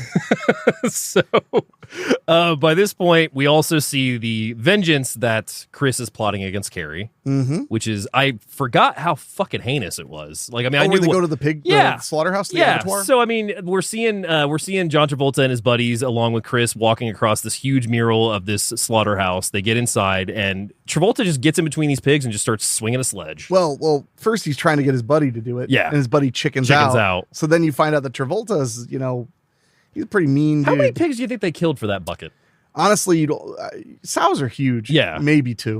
Okay. Maybe two. Fun fact, for that much blood. In the book, 2 buckets. Well, oh, yeah. Yeah. Damn. Mm-hmm. A lot of pigs are dead in the book. Well, I mean, you could have just went with like a bunch of table tennis balls that were, ping pong balls. But yeah. So by this point, Carrie also has to tell her mom. And she has to tell her mom delicately. Yeah. You got to dress that up. Yes. So she informs her mom that she wants to attend the prom. And of course, Piper Laurie forbids it. She's just like, you can't do it. Like, it's a sin. You will be cast out if you do this. And Carrie stands up to her and says, no, I'm going to go and I'm going to have a good time. But the sad thing is her mom's right. Her mom's right. That this is bad. It's bad because also she starts to use her telekinetic powers at this point because she gets angry. And this is the first instance of her mom actually seeing them that we see. Yes, yeah. I mean, there's no way that it never happened. Yeah. But it's becoming clear as we're watching it that Carrie's abilities This is the mirror, right? I believe so. Yeah, this is she's in the bathroom with her mom and the mirror just shatters. Like, this is the famous clip from the trailer as the mirror shakes and then completely breaks. And her mom gets spooked. Wouldn't you? Yeah. Her mom gets spooked and denounces Carrie as a witch at this point. So Carrie still says that she's going to the prom. Mom calls her a witch. And now we are moving into prom time. They're all going to laugh at you. Well, remember, that's what she's warning her, though. She's saying, like, they're going to make fun of you. Yeah. This is not where you belong. And her mom's pretty much seeing what's going to happen. Yeah. Which is really tragic, too, because, again, like, she's nuts. Yeah. But she's trying to be helpful in her twisted way. And then we also see the second part of Chris's revenge plan, that they are now at the prom setting, the day before prom is going to be, and he is up in the loft setting the bucket right above them, because the plan is that they are going to manipulate the votes for prom king and queen to have Carrie and Tommy win so that they can drop a bucket of pig's blood on Carrie in front of everyone. Well, David, that's a bit specious. I have it under good authority. That was the most secure election in the history of proms. Was it? Because we see how it's handled. Yeah. So by this point, Chris is also instructing what is his name? Is it Billy? Yeah, Billy. Billy and Tommy, yeah. She's instructing Billy, and they get the bucket placed, and that's when we also see that their plan is to hide under the stage with the rope and then pull it when the time comes. And what a heinous! It's a really fucked up thing. Covering somebody in pig's blood. Yeah, I mean, like that's kind of one of the things that I was even thinking on last night. It was just like, we all know the story of Carrie for the most part, so we know that being the thing. But it's people at least know that one thing. That thing, and it's just like, if you think about that thing, that's really fucking gross. It's disgusting. Yeah, and it would smell horrible. It would just be, everything about it. You're never getting out that memory. Like, no one's gonna forget about the girl that got covered in pig's blood. No, well, they're really never gonna forget about the girl that got covered in pig's blood. Oh, especially now. I mean, yeah. So the next day it's prom. We see everybody's getting ready. In fact, we also see that the guy that is going to be collecting the ballots gets met by one of Billy's friends, and he's just like, yeah, I wanted to help you count the ballots. And he's like, all right, man, well, can you be here at 6? 6 isn't good for me. 8. I'll be here at 8. 8 sounds good. And just walks off. Yeah. So we see everybody getting ready for prom, including Carrie, who makes her own dress. Yeah, and that's actually one of the scenes that made me think a lot, because it's one of those things where, because all the other kids seem to come from means. Yeah. So when they say, like, I love your dress, where'd you get it? And she's like, I made it. And they're like, wow, you made it. They're not even being sarcastic. No. They think that, because from their perspective, making a dress would be really special. From her perspective, it's like, no, that's what I have to do. What if I have want to clothes. do. Yeah. Like, I make them. And naturally, her mom walks in with her trying on the dress, comments on her dirty pillows. Yeah, there's some real memorable lines. There really are. Dirty And pillows. she says they're breast mother. Everyone has them. And that's when Piper Laurie is just like, why don't you stay home? We'll take that dress off. We'll burn it. We'll pray. And, we'll get forgiveness. And she's like, no, Mom, I'm going. Which is the other moment that made me go, man, she really knows this is going to go bad. Yeah. And even she's really trying. She's waiting on Tommy at this point. Her mom is begging her. And Carrie is lashing out a little bit with the powers and even throws her mom back on the bed a couple times and basically tells her, I'm going to prom. There's nothing you can do. I'll be home after. Yeah. So she gets out to the car with Tommy. It's really cute. Like, Tommy is basically just telling her, we're just going to go have fun. There's nothing, nothing to worry about. Like, just enjoy yourself tonight. Yeah. It's this buildup is so well done. Yeah. And it's the tragedy of it is really my favorite. Yeah. So, and by this point too, news has gotten out that Tommy and Carrie are going to prom together, and we see that Helen and PJ Soul's character are talking about it and laughing because they can't believe that Tommy's taking her. Right. So we get to prom. Everybody's decked out, like you said. They're asking Carrie about her dress. She's telling them they made it. There's a really, really cute scene between Tommy and Carrie, which is the one shot from De Palma that I love in this, is where the platform just spinning with them dancing. Yeah, they're on a Lazy Susan, so that they're kind of spinning. Yeah. So the background's moving and they're staying still. But they're laughing. Carrie's having a great time, and eventually they sit down at the table and they see that they're on the prom court. And she's like, "Did you know about this?" And he's like, "I did not." And she's like, "Oh." And he's like, "Well, we can, we can just cross ourselves off, and if we don't want to do it." She's like, "No, that's fine. Well, who do you want to vote for? You want to vote for us? No, we shouldn't vote for us." So then we get to the point of PJ Souls collecting the ballots, which she collects the ones from the tables and then swaps them with the pre-made ones. Yeah. Ugh. So we get to the time where it's time for Prom King and Court to be announced. And naturally, Tommy and Carrie are announced. They go up on stage and everybody's cheering, everybody's applauding.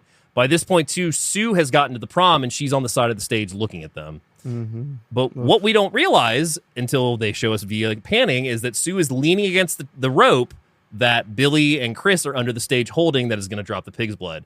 And right as everybody is getting ready to applaud, they're getting crowned, Sue notices the rope, follows it up and sees, and then follows it around.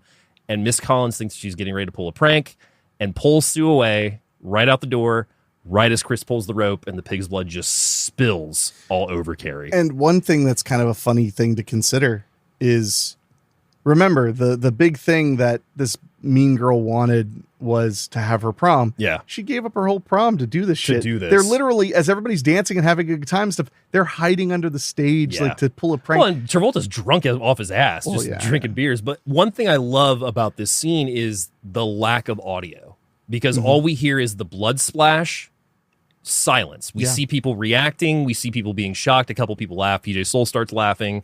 People are horrified. But then we also see that Tommy is just like, who the hell did that? We're reading his lips as he's saying this.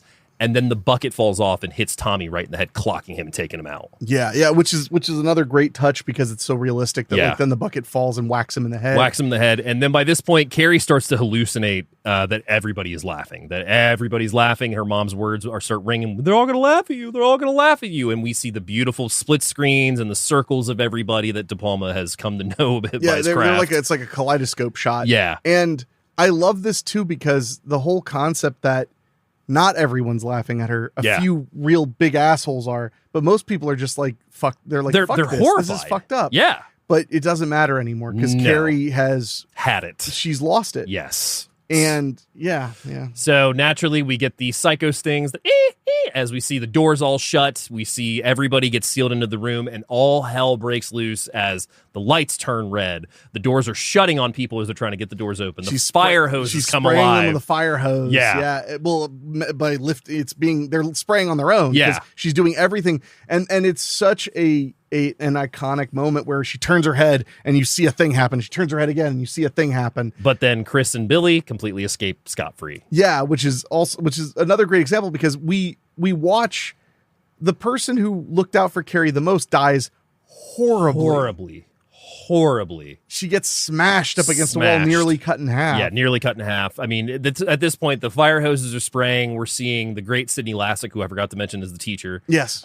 He and the guy are trying to get a hold of the crowd, and they're grabbing on the microphones, and then Carrie has the fire hoses go over the microphone and the electricity. They get shocked. Fire breaks out with that famous shot of her and behind the prom, like, I don't know what you call it, yeah, I'm not sure. Set dressing. The decorations. The decorations completely turns to fire, and I mean, this is a bloodbath at this point. People are dying. People are getting sprayed by this fire hose. There's fire going everywhere, and eventually she just walks out as we are seeing these flames pummel up behind her. Yeah, it's an incredible sequence. Yeah, I mean, everybody's raved about how great the end of Carrie is, but the tragic element is something that really sticks out to me the older I get, the more I watch it, of so many innocent people are in that room who meant her no harm. Miss Collins. I mean, these people all perish because as Carrie opens the doors and walks out, she seals them again, and we're hearing people screaming inside. The flames are getting higher. I mean, by this point, everybody's going to die inside the school, most likely. Yeah. And she walks home. Covered in pig's blood. But right as she is walking down her street, a familiar car comes into frame as Chris and Billy are speeding up, and Chris tries to run her down. Carrie turns around immediately. We hear the psycho sting again, and the car completely goes on its side and fucking rolls like 3-4 times. Yeah, it's flinged like it's nothing, which also establishes that like there's really no bounds. No. to Carrie's telekinetic power. So fun fact, difference between the book at this point and the movie is she blows up several petrol stations, sends out a telekinetic message to the town that she is the one that causing this, basically shuts down the entire town and kills a bunch more people. Yeah. So, I mean, the stakes are way higher in the book. I mean, they're pretty high in the movie as well. But I think in the book, the town was a lot smaller. Yes. As to where in the movie, it's a more sizable community, a more of a middle class kind of suburb. So yeah, it would be a huge thing for her to just. I think it's bad enough she's burning a bunch of people alive. So Chris and Billy die in the car because the car explodes, and Carrie makes her way home. She goes to take a bath and wash all the blood off her. But when she gets home, she realizes that the house is now completely filled wall to wall with candles, with lit candles. And I want to say something that I had a thought about when I was watching the ending. Yeah, and that is, think about her poor mother, her crazy, crazy mom, whose daughter is something else than normal. Yeah. I just imagine that she was like, that every one of those candles, she probably like literally said a prayer on like 90 candles because she's so, like gone. It's so horrible. I love the fact that she's not present in the house when Carrie gets there, because that kind of builds the idea of where, like, she's definitely here. I mean, this is her house. She's here somewhere. But the fact that we don't see her, Carrie gets to wash the blood off her, get dressed, and then come back down, and her mom's waiting for her. Yes. It's like her mom gave her the time to collect herself because now she's got this plan. Yeah. So Carrie's in the bathtub, just, turning bright red, all the water in the tub as she cleans herself off. And then we get that great reveal of her mother, like behind the door. Yeah. And she has a knife. Yep. And she has decided that all she can do is kill Carrie. And before she does this, though, Carrie is they're on the steps because I think her mom is late because they're getting ready to go downstairs. And Carrie's mom basically tells her that, I never thought that it would be a sin. I would never sin with my husband, but then there was one drunken night. Then that was your conception. And then he left us. Yeah. And I mean, basically blames Carrie for everything at this point. Sure. But I also, a reading I got, because, she stabs Carrie. She falls down the stairs. Yeah. And then she comes down there trying to finish the job. Yes. While she's and fucking wielding that knife and just is in like a stasis. Yeah. Well, and when she thinks she's about to finally kill Carrie, she has this look, this insane grin. And one of the thoughts I had about it, and I don't know if this is like a common thought, I don't know if to me, I don't know if she had that big grin because she was just completely insane, or if she was happy that she was helping to end this like wretched life that they both live. Yeah.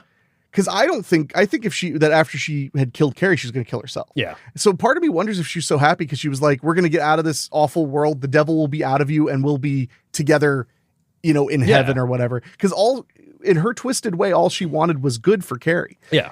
It's just deeply broken. I think there's I think there's no argument you could make that she didn't love her daughter. Absolutely. I mean, she wouldn't do all this stuff and be concerned about, let's stay home. We'll burn the dress. Like, I'm trying to save you is how this is all coming out. And that's why the only thing that she can do at this point is save everybody by taking her out of the equation as well, because she knows that she can't control the powers. Yeah. Yeah. And God, like, or worse yet, she is controlling the powers. Or she is controlling the powers. She's going to kill everybody. She's going to be the end of everything. So by this point, Carrie has blood coming out of her mouth. She's been stabbed maybe a couple times, and she gets to this corner, and her mom has her cornered, and then she's standing in this doorway, and then all of a sudden, every sharp implement in this kitchen starts flying right into Piper Laurie, and just hits her in the chest, hits her in the side, hits her in the shoulder. Like, I mean, there's like 7 knives of varying qualities that are in her by this point.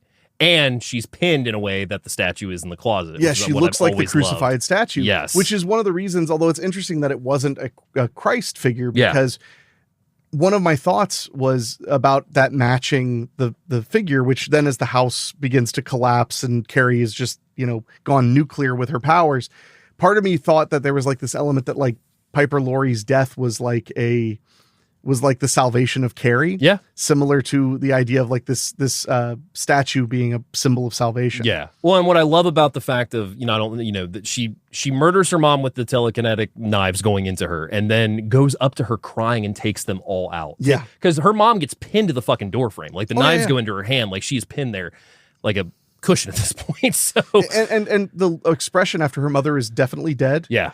Is of peace. Peace. She doesn't look angry or sad or dead. She No. looks like she's taking a good nap. Yeah. Which is insane. I love that visual. It's terrifying. So Carrie takes the knives out of her, carries her mom into the prayer closet, and then by this point, it's up to interpretation, I feel like, because one could say that Carrie completely does all this, or this could be divine intervention. That you're not wrong. Yeah. Because as she gets into the closet, fires start breaking all around the house. The house completely starts collapsing on her. And also, she has her mom in the closet with her, and she's hugging her as the house collapses around them. Yeah. So the house completely sinks in. It's burning down and everything. And the last shot we get is this statue that we keep talking about, which is exactly like her mom looked, just not even 2 minutes ago. Do you ever think that maybe Carrie's killing her own mother made her realize her mother was right? That like they should die. It could right be. then and there. Like it has to stop. Yeah. Because that's something I that popped into my head just now as you mentioned. Like, could it be divine intervention, or could it be Carrie finishing what her mother started because she's realizing what she's done? Am I a monster? Yeah. Maybe I am a monster. I don't know what's going on anymore. So the house is destroyed. Her mom and her have died at this point. Sometime later, we see that Sue is the sole survivor of that night, and she's walking along the fence to the house, which is now completely just a rock pile with a for sale sign on it that says Carrie White burns in hell written in graffiti on it. And there was a lot of anti-Carrie graffiti throughout the movie. Yeah. It's worth mentioning. So we also see that Sue is like in a dreamy element. She's carrying flowers up to the sign, puts them down, and then the infamous hand shoots out of the ground, grabs onto her, and we see that Sue is completely having a nightmare and is hysteric now. Her mom walks in trying to comfort her, but Sue's fucked up for life. Yeah. I mean, and we even find that out in Rage Carrie 2. Yeah, and the audience isn't doing so good either. The audience is not doing so well. Great end scare. Yeah. I know that it wasn't liked by like any of the creative people at the time. Yeah. But it is so memorable. Became so memorable and it got homaged so much. Oh, I would say homage is kind. I would say it was stolen. But that is 1976's Carrie, directed by Brian De Palma, and what a film this is. Yeah. I mean, there's so much to love about it. As we were breaking it down, it's a simple story, very masterfully told. Yeah. Super tragic because so many people that had nothing to do with hurting Carrie die. Yeah. Because her rage is, but it's all encompassing. It's like a fire. Yeah. Like the fire that she starts, it consumes everything. And once it starts, you can't stop it. Can't stop it. So would you like to guess what the budget was? I feel like it was under 2. You are correct. 1.8 million. That's snug. There is no opening or anything like that for the figures. 33 million is what it ends up taking in worldwide. Really? I thought it was even more than that. Although that's a lot considering the budget. The time very and cheap or very high. Yeah. Filmed in Hermosa Beach, Vernon, Los Angeles, Santa Paula, San Fernando, California. Now, the tragic part of that is recently with the San Fernando fires, we did lose a lot of locations, including the high school, and I believe even the house did get lost as well. Wow. Yeah. I mean, we lost a lot of, great. Yeah. California things. Yeah. Yeah. Shot in a period of 50 days. Yeah, that sounds right. Yeah. While speaking at a book event in Fort Myers, Florida in 2010, Stephen King recalled that he was paid $2,500 for the movie rights to Carrie, which may seem like a pittance, but he has no regrets. I was fortunate to have that happen to my first book, King said. That's all. He didn't have back ends, or he got that little. They must have bought it early. They must have bought it. They must have bought it before it went to paperback. It's possible, because I know that he didn't make a crap load of money till it went to paperback. Because he talks about that in detail in On Writing. On Writing, how he's like, they want to do a paperback, and his wife was like, I think The Godfather got like $10 million for paperback, and he finds out he's getting multi-million dollars for the paperback release. Jack Fisk revealed to IndieWire about casting of Sissy Spacek because of Phantom. Brian actually thought of Sissy as a set dresser. She was a set dresser on De Palma Films early on. Oh, wow. Yeah. Okay. When I got together with Brian on Carrie, Sissy called him and said, Brian, I'm coming in for a test test for Carrie, but I've also got an audition for Vanquish commercial where I can make $10,000. Should I do that or come in? She thought he'd say, oh, please come in. I've got to see you. But he actually said, well, Sissy, I think you ought to do the commercial. She got so upset that she sat down in her living room in Topanga Canyon, read the book Carrie from cover to cover, didn't sleep, got up the next morning, put Vaseline in her hair, put a little sailor dress that her mother had made for her in 7th grade, and then she went in for the testing. Wow. Yeah. When Sissy Spacek was preparing for her character, she isolated herself from the rest of the ensemble, decorated her dressing room with heavy religious iconography, and studied Gustave Doré's illustrated Bible. She studied the body language of people being stoned for their sins, starting or ending every scene in one of those positions. Damn. Yeah. Wow, yeah. Sissy Spacek asked Brian De Palma how he wanted her to react when Carrie first realizes that she is bleeding in the showers at the start, and De Palma told her, "It's like you've been hit by a Mack truck." Spacek told her, talked to her husband, Jack Fisk, who was the art director on the film, who, as a child, had been run over by a car when he was standing in the streets looking at Christmas lights a neighbor had put up, used this description of the experience as basis for the scene. Shit. Okay. To become Carrie, Sissy Spacek would intentionally avoid socializing with the other actors on and off set. She would stay in her trailer or hide in the corner or behind the set. Also, before this happened, she warned the other actors that although she loved them, she would be avoiding them so she could stay in character, and they respected Sissy Spacek for it. She told them that they would have so much fun together after the movie was finished. I bet in reality they were like, God, we hate her so much. Like, thank God she's not gonna be around. Sissy Spacek was 25 years old at the time of filming. Carrie is 17 years old in the novel. Wow, that's very late to start your period too. Initially, I'm just saying like that. Yeah. Initially, PJ Souls was only cast for 2 weeks, but after she hit Sissy Spacek over the head with her red baseball hat during the volleyball scene, which is in the beginning of the film, Brian De Palma decided to keep her around longer. Oh, I mean, when you impress De Palma. Yeah. Nancy Allen claims she never realized her character was going to be so evil until she saw the finished film. She thought that she and John Travolta were playing such self-centered bickering morons that they were some kind of comic relief. Killing pigs and all. Well, it was a different time. Yeah. I mean, it was a different time. According to Piper Laurie, she honestly thought her character was too over-the-top fanatical to be taken seriously. De Palma had to take her aside and personally tell her it was a horror film, not a black comedy, as she thought it was. Even so, she would constantly burst out in laughter between takes because not only was her characterization and wardrobe laughable in her eyes, but the dialogue itself was humorous to her. To this day, she still refers to and maintains that the movie is a black comedy. Fair enough. I mean, that's, what Toby Hooper said about Texas Chainsaw Massacre. He's like, I thought it was funny. I'm like, okay, Toby. Adding to the mother's delusional character is the fact that none of the Bible passages in the film are generally interpreted the way she interprets them. For example, she quotes Genesis chapter 3 to say that sexuality is evil. The chapter is a story of Adam and Eve eating the forbidden fruit. While some Bible scholars draw parallels with this and sexuality, particularly because of the passage's mention of them suddenly being ashamed of their nakedness, it is not generally the accepted interpretation. Well, there's also, the concept that some people follow that menstruation is a punishment for original sin. Yep. That's why women do it and not men, because Eve betrayed Adam and blah, blah, blah, blah, blah. So, I mean, it's open. You could interpret it that way. I mean, not that people interpret the Bible. So, Edie McClurg, who played Helen in the film, originally had no dialogue in any part of the film, so she decided to improvise instead. This resulted in everything that we see Helen say in the film being completely made up by the actress with De Palma's blessing, naturally. Nice. Yeah. Nice. John Travolta auditioned on a lunch break while filming Welcome Back, Kotter. He showed up for his audition still dressed as Vinnie Barbarino. Legend. Sissy Spacek filmed the scene in the locker room shower without any of the other actresses on set. I mean, it's quite a scene. Yeah. Jesus. During filming of the scene where Miss Collins is chewing out the girls in the gym, Brian De Palma was standing behind Amy Irving just off screen and whispering cruel and hurtful things into her ears in order to make Sue's look of misery and guilt on camera look genuine. Damn. Okay. De Palma wanted Betty Buckley to really slap Nancy Allen because Allen couldn't get the reaction De Palma wanted. Buckley ended up slapping her as many as 30 times. Jeez. Gotta get it right. Prom scene took over 2 weeks to shoot and required a total of 35 takes. That's 35 doesn't sound like a lot. Maybe they mean just of like the blood. That's what I'm guessing. Because that would take a long time to set up and redo. You have to wash everything. Oh, yes. Just wait. Originally, De Palma had used split screen effect extensively during the prom scene. Disappointed with the results, he re-edited most of the scenes into full frame shots, leaving only the few split screen moments that he felt worked. He was right. Yeah. Because they worked very well. The dizzying camera shot during the prom scene was achieved by placing William Katt and Sissy Spacek on a platform that was spinning in one direction while the camera was being dollied in the opposite direction. Yeah.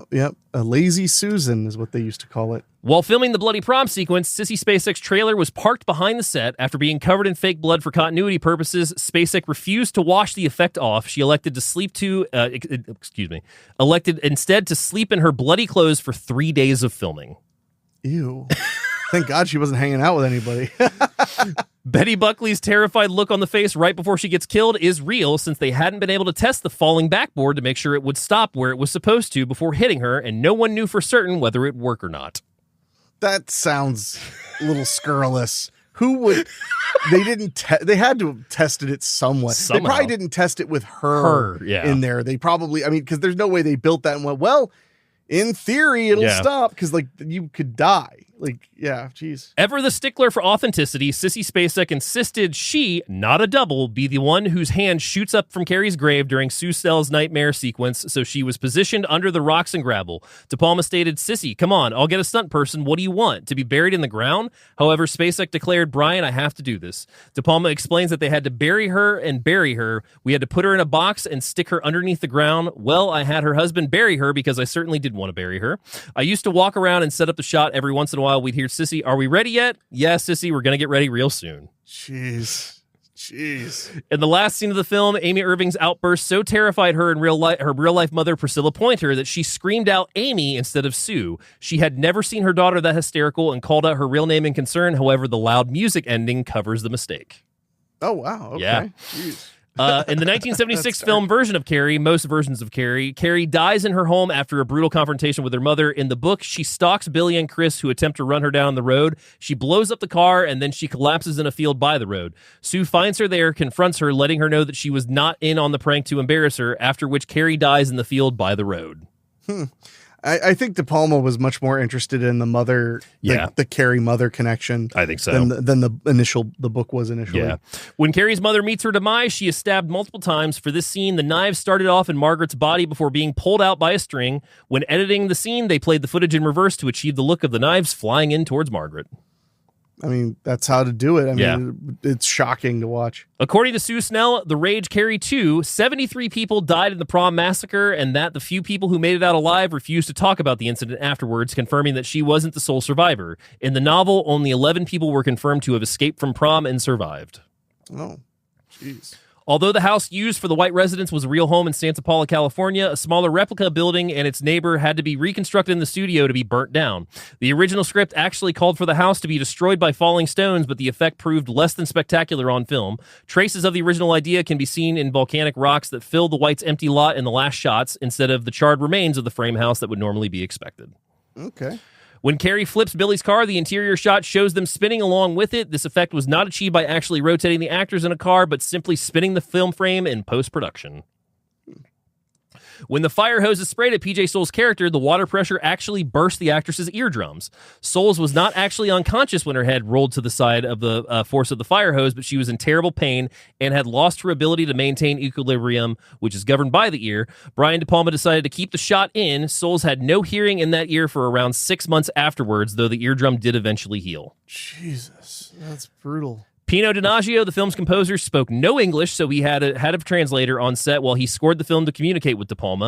In 1979, 3 years after Carrie, Donaggio would go to work on Tourist Trap, another 70s horror about a string of telekinetic murders. Bernard Herrmann was De Palma's first choice to be the composer. Herrmann was set to be the film's composer, but he died before production began, leaving De Palma to substitute Donaggio, who ironically wound up ripping off Herrmann anyway by using the infamous violin strings theme from Psycho to score the scenes where Carrie uses her telekinesis.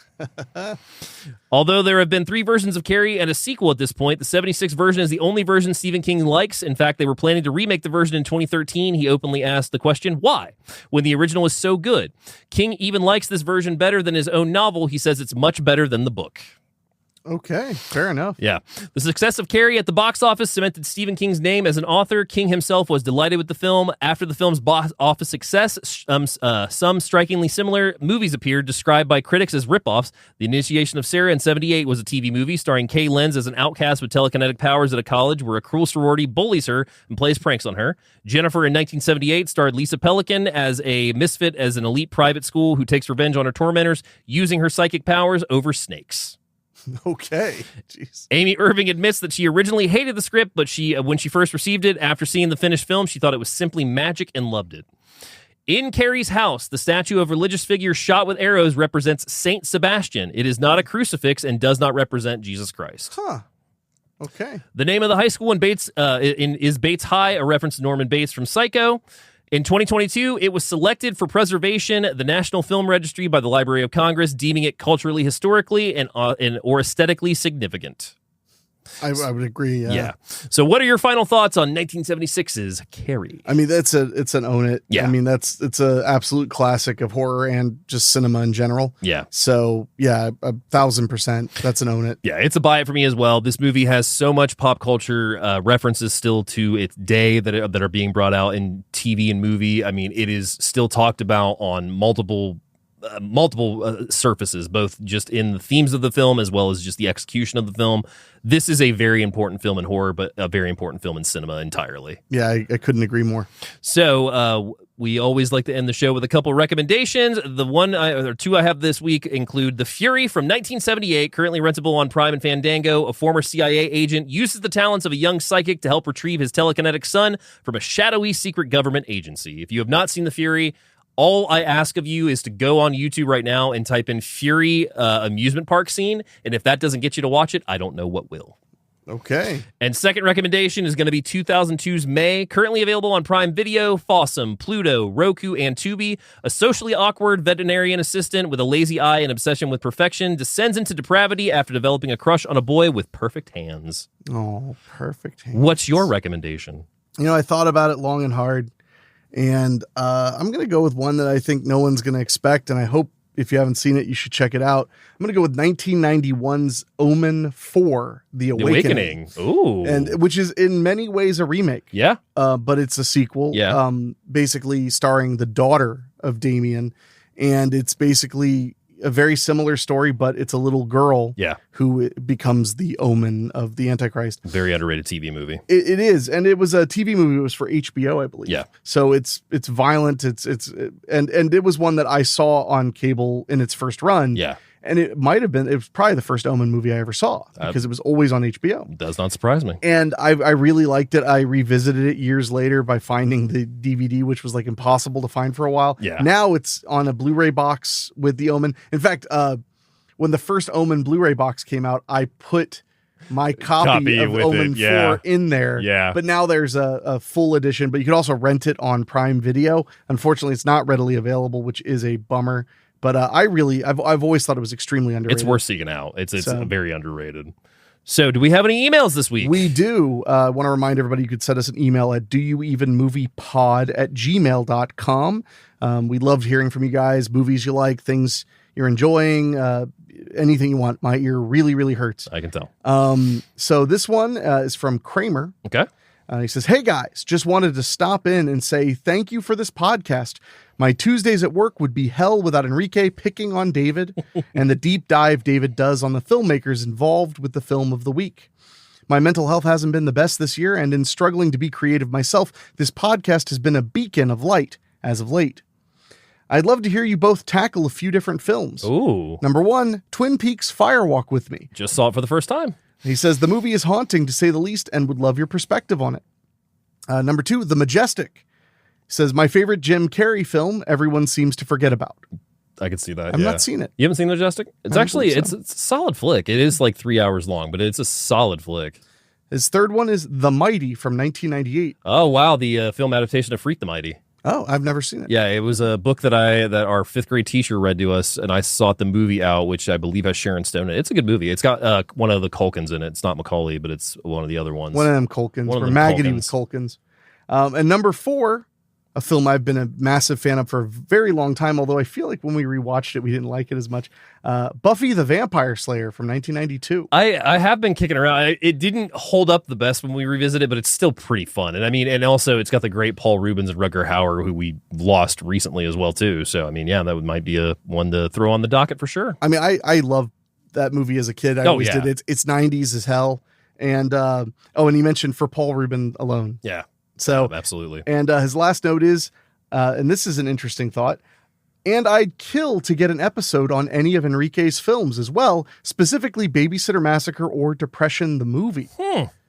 I mean, I'm not opposed to it because I know stuff about them, but that would be something that Dave would have to pull together to ask me a million questions about it. Yeah. I mean, I wouldn't be against it that's honestly, I'll put that to Dave like I put any. I'll kick that around. I mean, I was show on most of those sets. There's only a few that I wasn't. You weren't on Depression. Not on Depression. No, on Babysitter. Oh, you were. I think the finale of Babysitter more so. You were on set for a good 60%. Maybe, yeah, actually, I was. Now I think about it. Yeah, maybe a smidge more, maybe a smidge less. Because I think only the pickup scenes are the ones that I don't recall being. And there. you were on a couple of those too. Yeah. Because you ended up playing a role in one of them. I did. So, I died in Babysitter. Yeah. No, you did. So, I mean, I'd be open to it but you would have to, that'd be a lot of work on your end. Probably, if we did that, it would probably be like a bonus episode. No. I can't fit more podcasts. No, I mean when I'm saying that is I don't know if it would necessarily fit the rundown format, but we could absolutely do something like that. I mean, if you ran down the movie, I mean, you just have to come up with questions. Yeah, I mean that's what I'm saying. I mean, I won't shut up if you. It would be a special kind of show, obviously. Henrique David, this is your life. On a very special episode of Do You Even Movie. But I mean, there's definitely, especially with Depression, the movie in particular, I have so much to say. Yeah. I would be happy to cover Babysitter like when the sequels are ready to come out, because we were filming on Babysitter 2 last weekend. Yeah. Or not even that long ago. I mean, it was like 5 days ago. Yep. We're getting really close. We are indeed. So, and then he concludes with looking forward to whatever you guys have planned next, Kramer. Oh boy. Well, Kramer, thank you seriously for writing in. And we're so glad that the podcast could bring you some joy, because that really is the name of the game. And I'm very thankful for the people who've written in and said the positive things that the show's brought them, because, some weeks it's hard to pull a show together. Some weeks, like if I were to like make up a thought experiment, like there's some weeks where, you're working like 9 consecutive days in a row, like 15 hours a day. And then you wake up with a severely infected ear and you're, I'm so happy that hasn't happened. No, thank God. I know. Yeah. Also, shout out to Kramer. He gave us a 5-star review probably a couple months back or so. Oh, thank you. That rivaled that 1-star we got recently. Oh, yeah. That guy can, in the words of a great poet, he can suck a dick up till he hiccups. I agree. So, but yeah, thank you very much, Kramer. And we'll take all of those into consideration. I mean, at least a couple of them are definitely a win. Yeah. I mean, I love Buffy. I would love to talk about it sometime. Buffy's fun. It'd be so 90s. Yeah. But, yeah, thank you. And if you guys want to write in, it's doyouevenmoviepod@gmail.com or head to doyouevenmovie.com for all the information. Yes, sir. If you're watching us right now on YouTube, please make sure you're subscribed. Leave a like on the video. It does help. If you're listening to us on the podcast, make sure you, whatever it is, subscribe. Make sure you are subscribed. And if you could leave us a 5-star rating on Apple Podcasts or Spotify, yes, it really does help. And you can also leave a comment on Spotify. I read all of them. I share them with Dave if they're prudent. Otherwise, I respond to them directly in Spotify. So really do appreciate it. And I read the YouTube comments and I'll respond to them too, as long as they're not rude. They're mostly fine. They're pretty good. Would you like to know what we are talking about next week as we bring May They Rest in Peace to a close?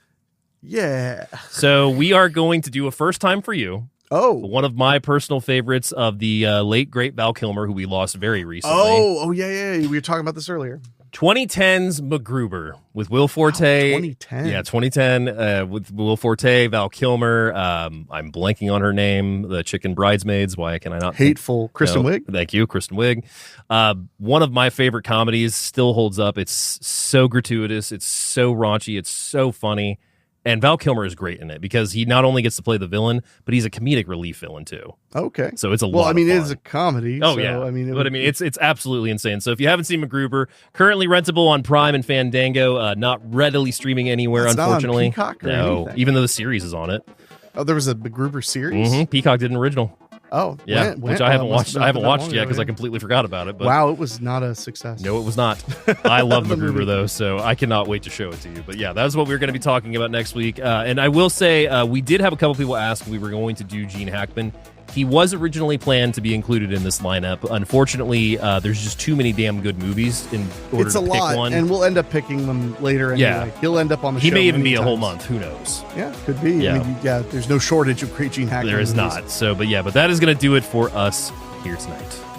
Is it? It is. Okay, fair enough. Well, thank you guys so much for joining us on Do You Even Movie. Really do appreciate it. And I guess all that's left to say is we will see you At the prom. Prom. I was gonna say, They're all going to laugh at you. I hope so.